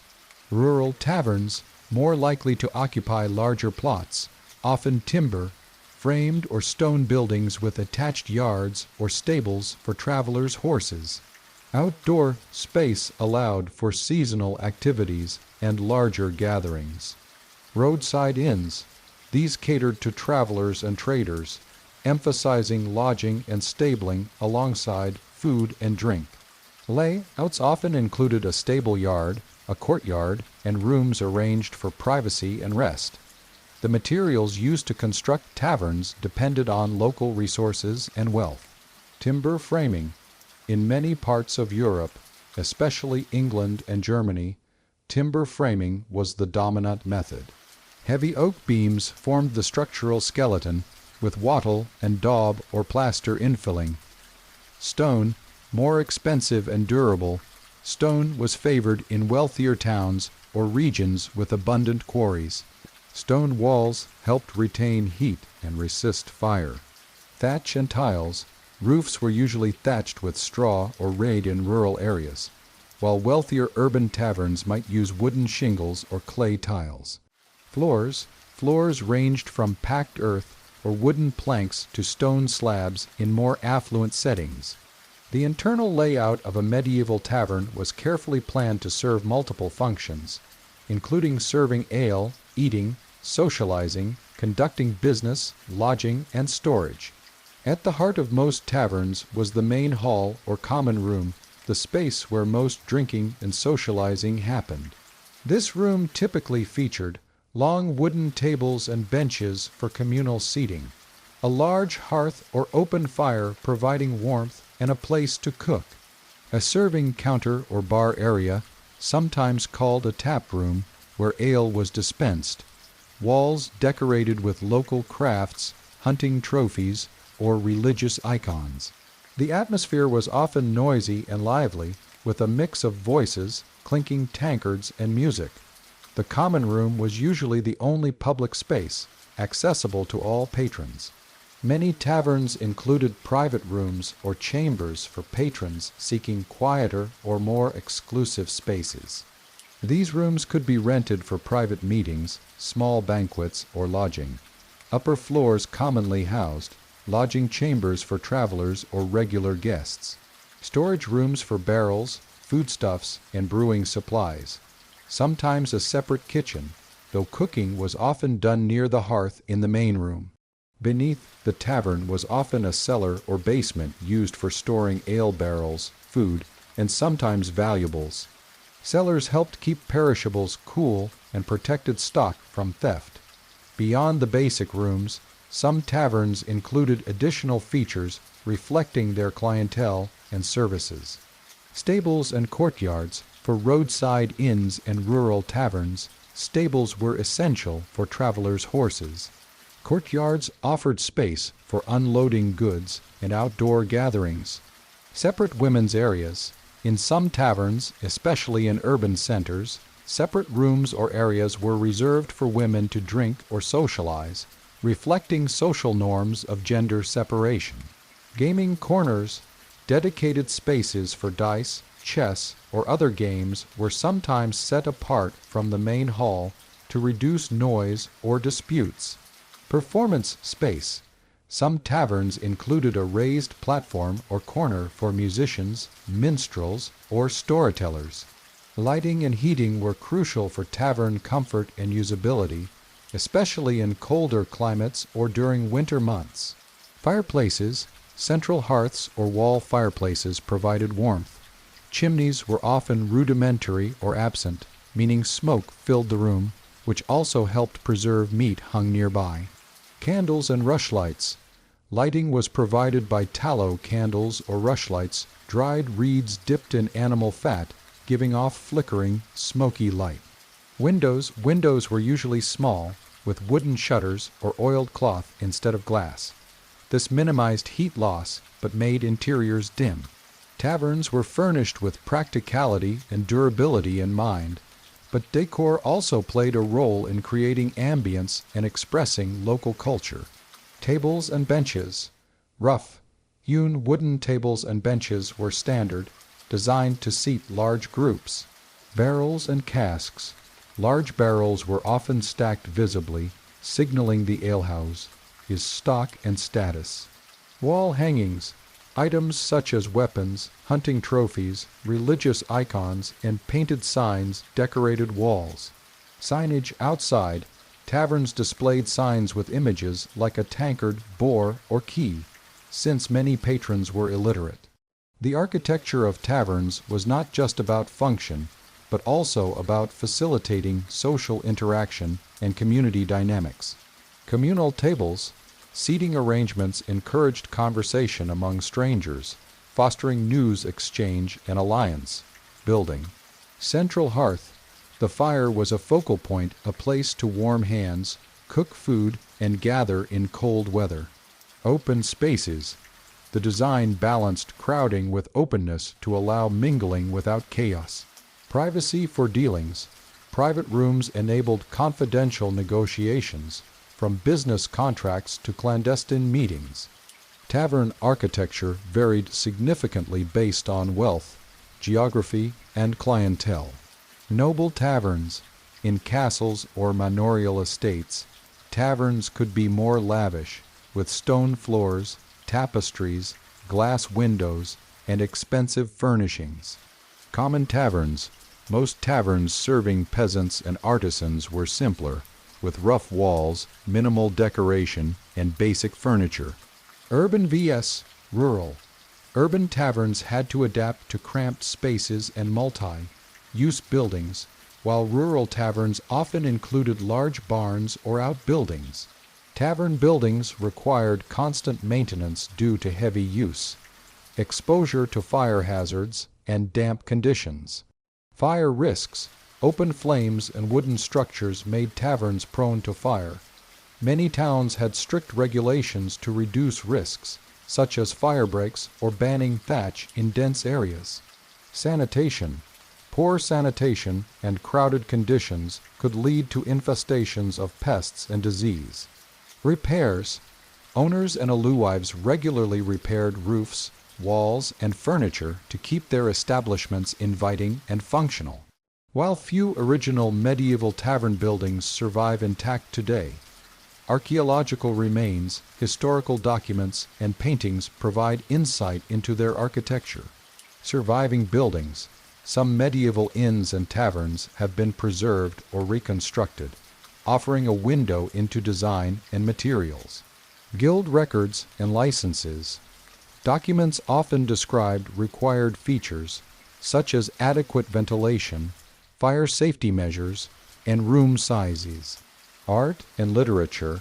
Chronicles, poems, and illustrations provide visual clues about tavern interiors and street scenes. Medieval taverns were much more than places to drink. They were carefully constructed social hubs, blending public and private spaces, commerce, and community. Their architecture reflected the needs of patrons and owners alike, adapting over time to changing social norms, economic pressures, and cultural influences.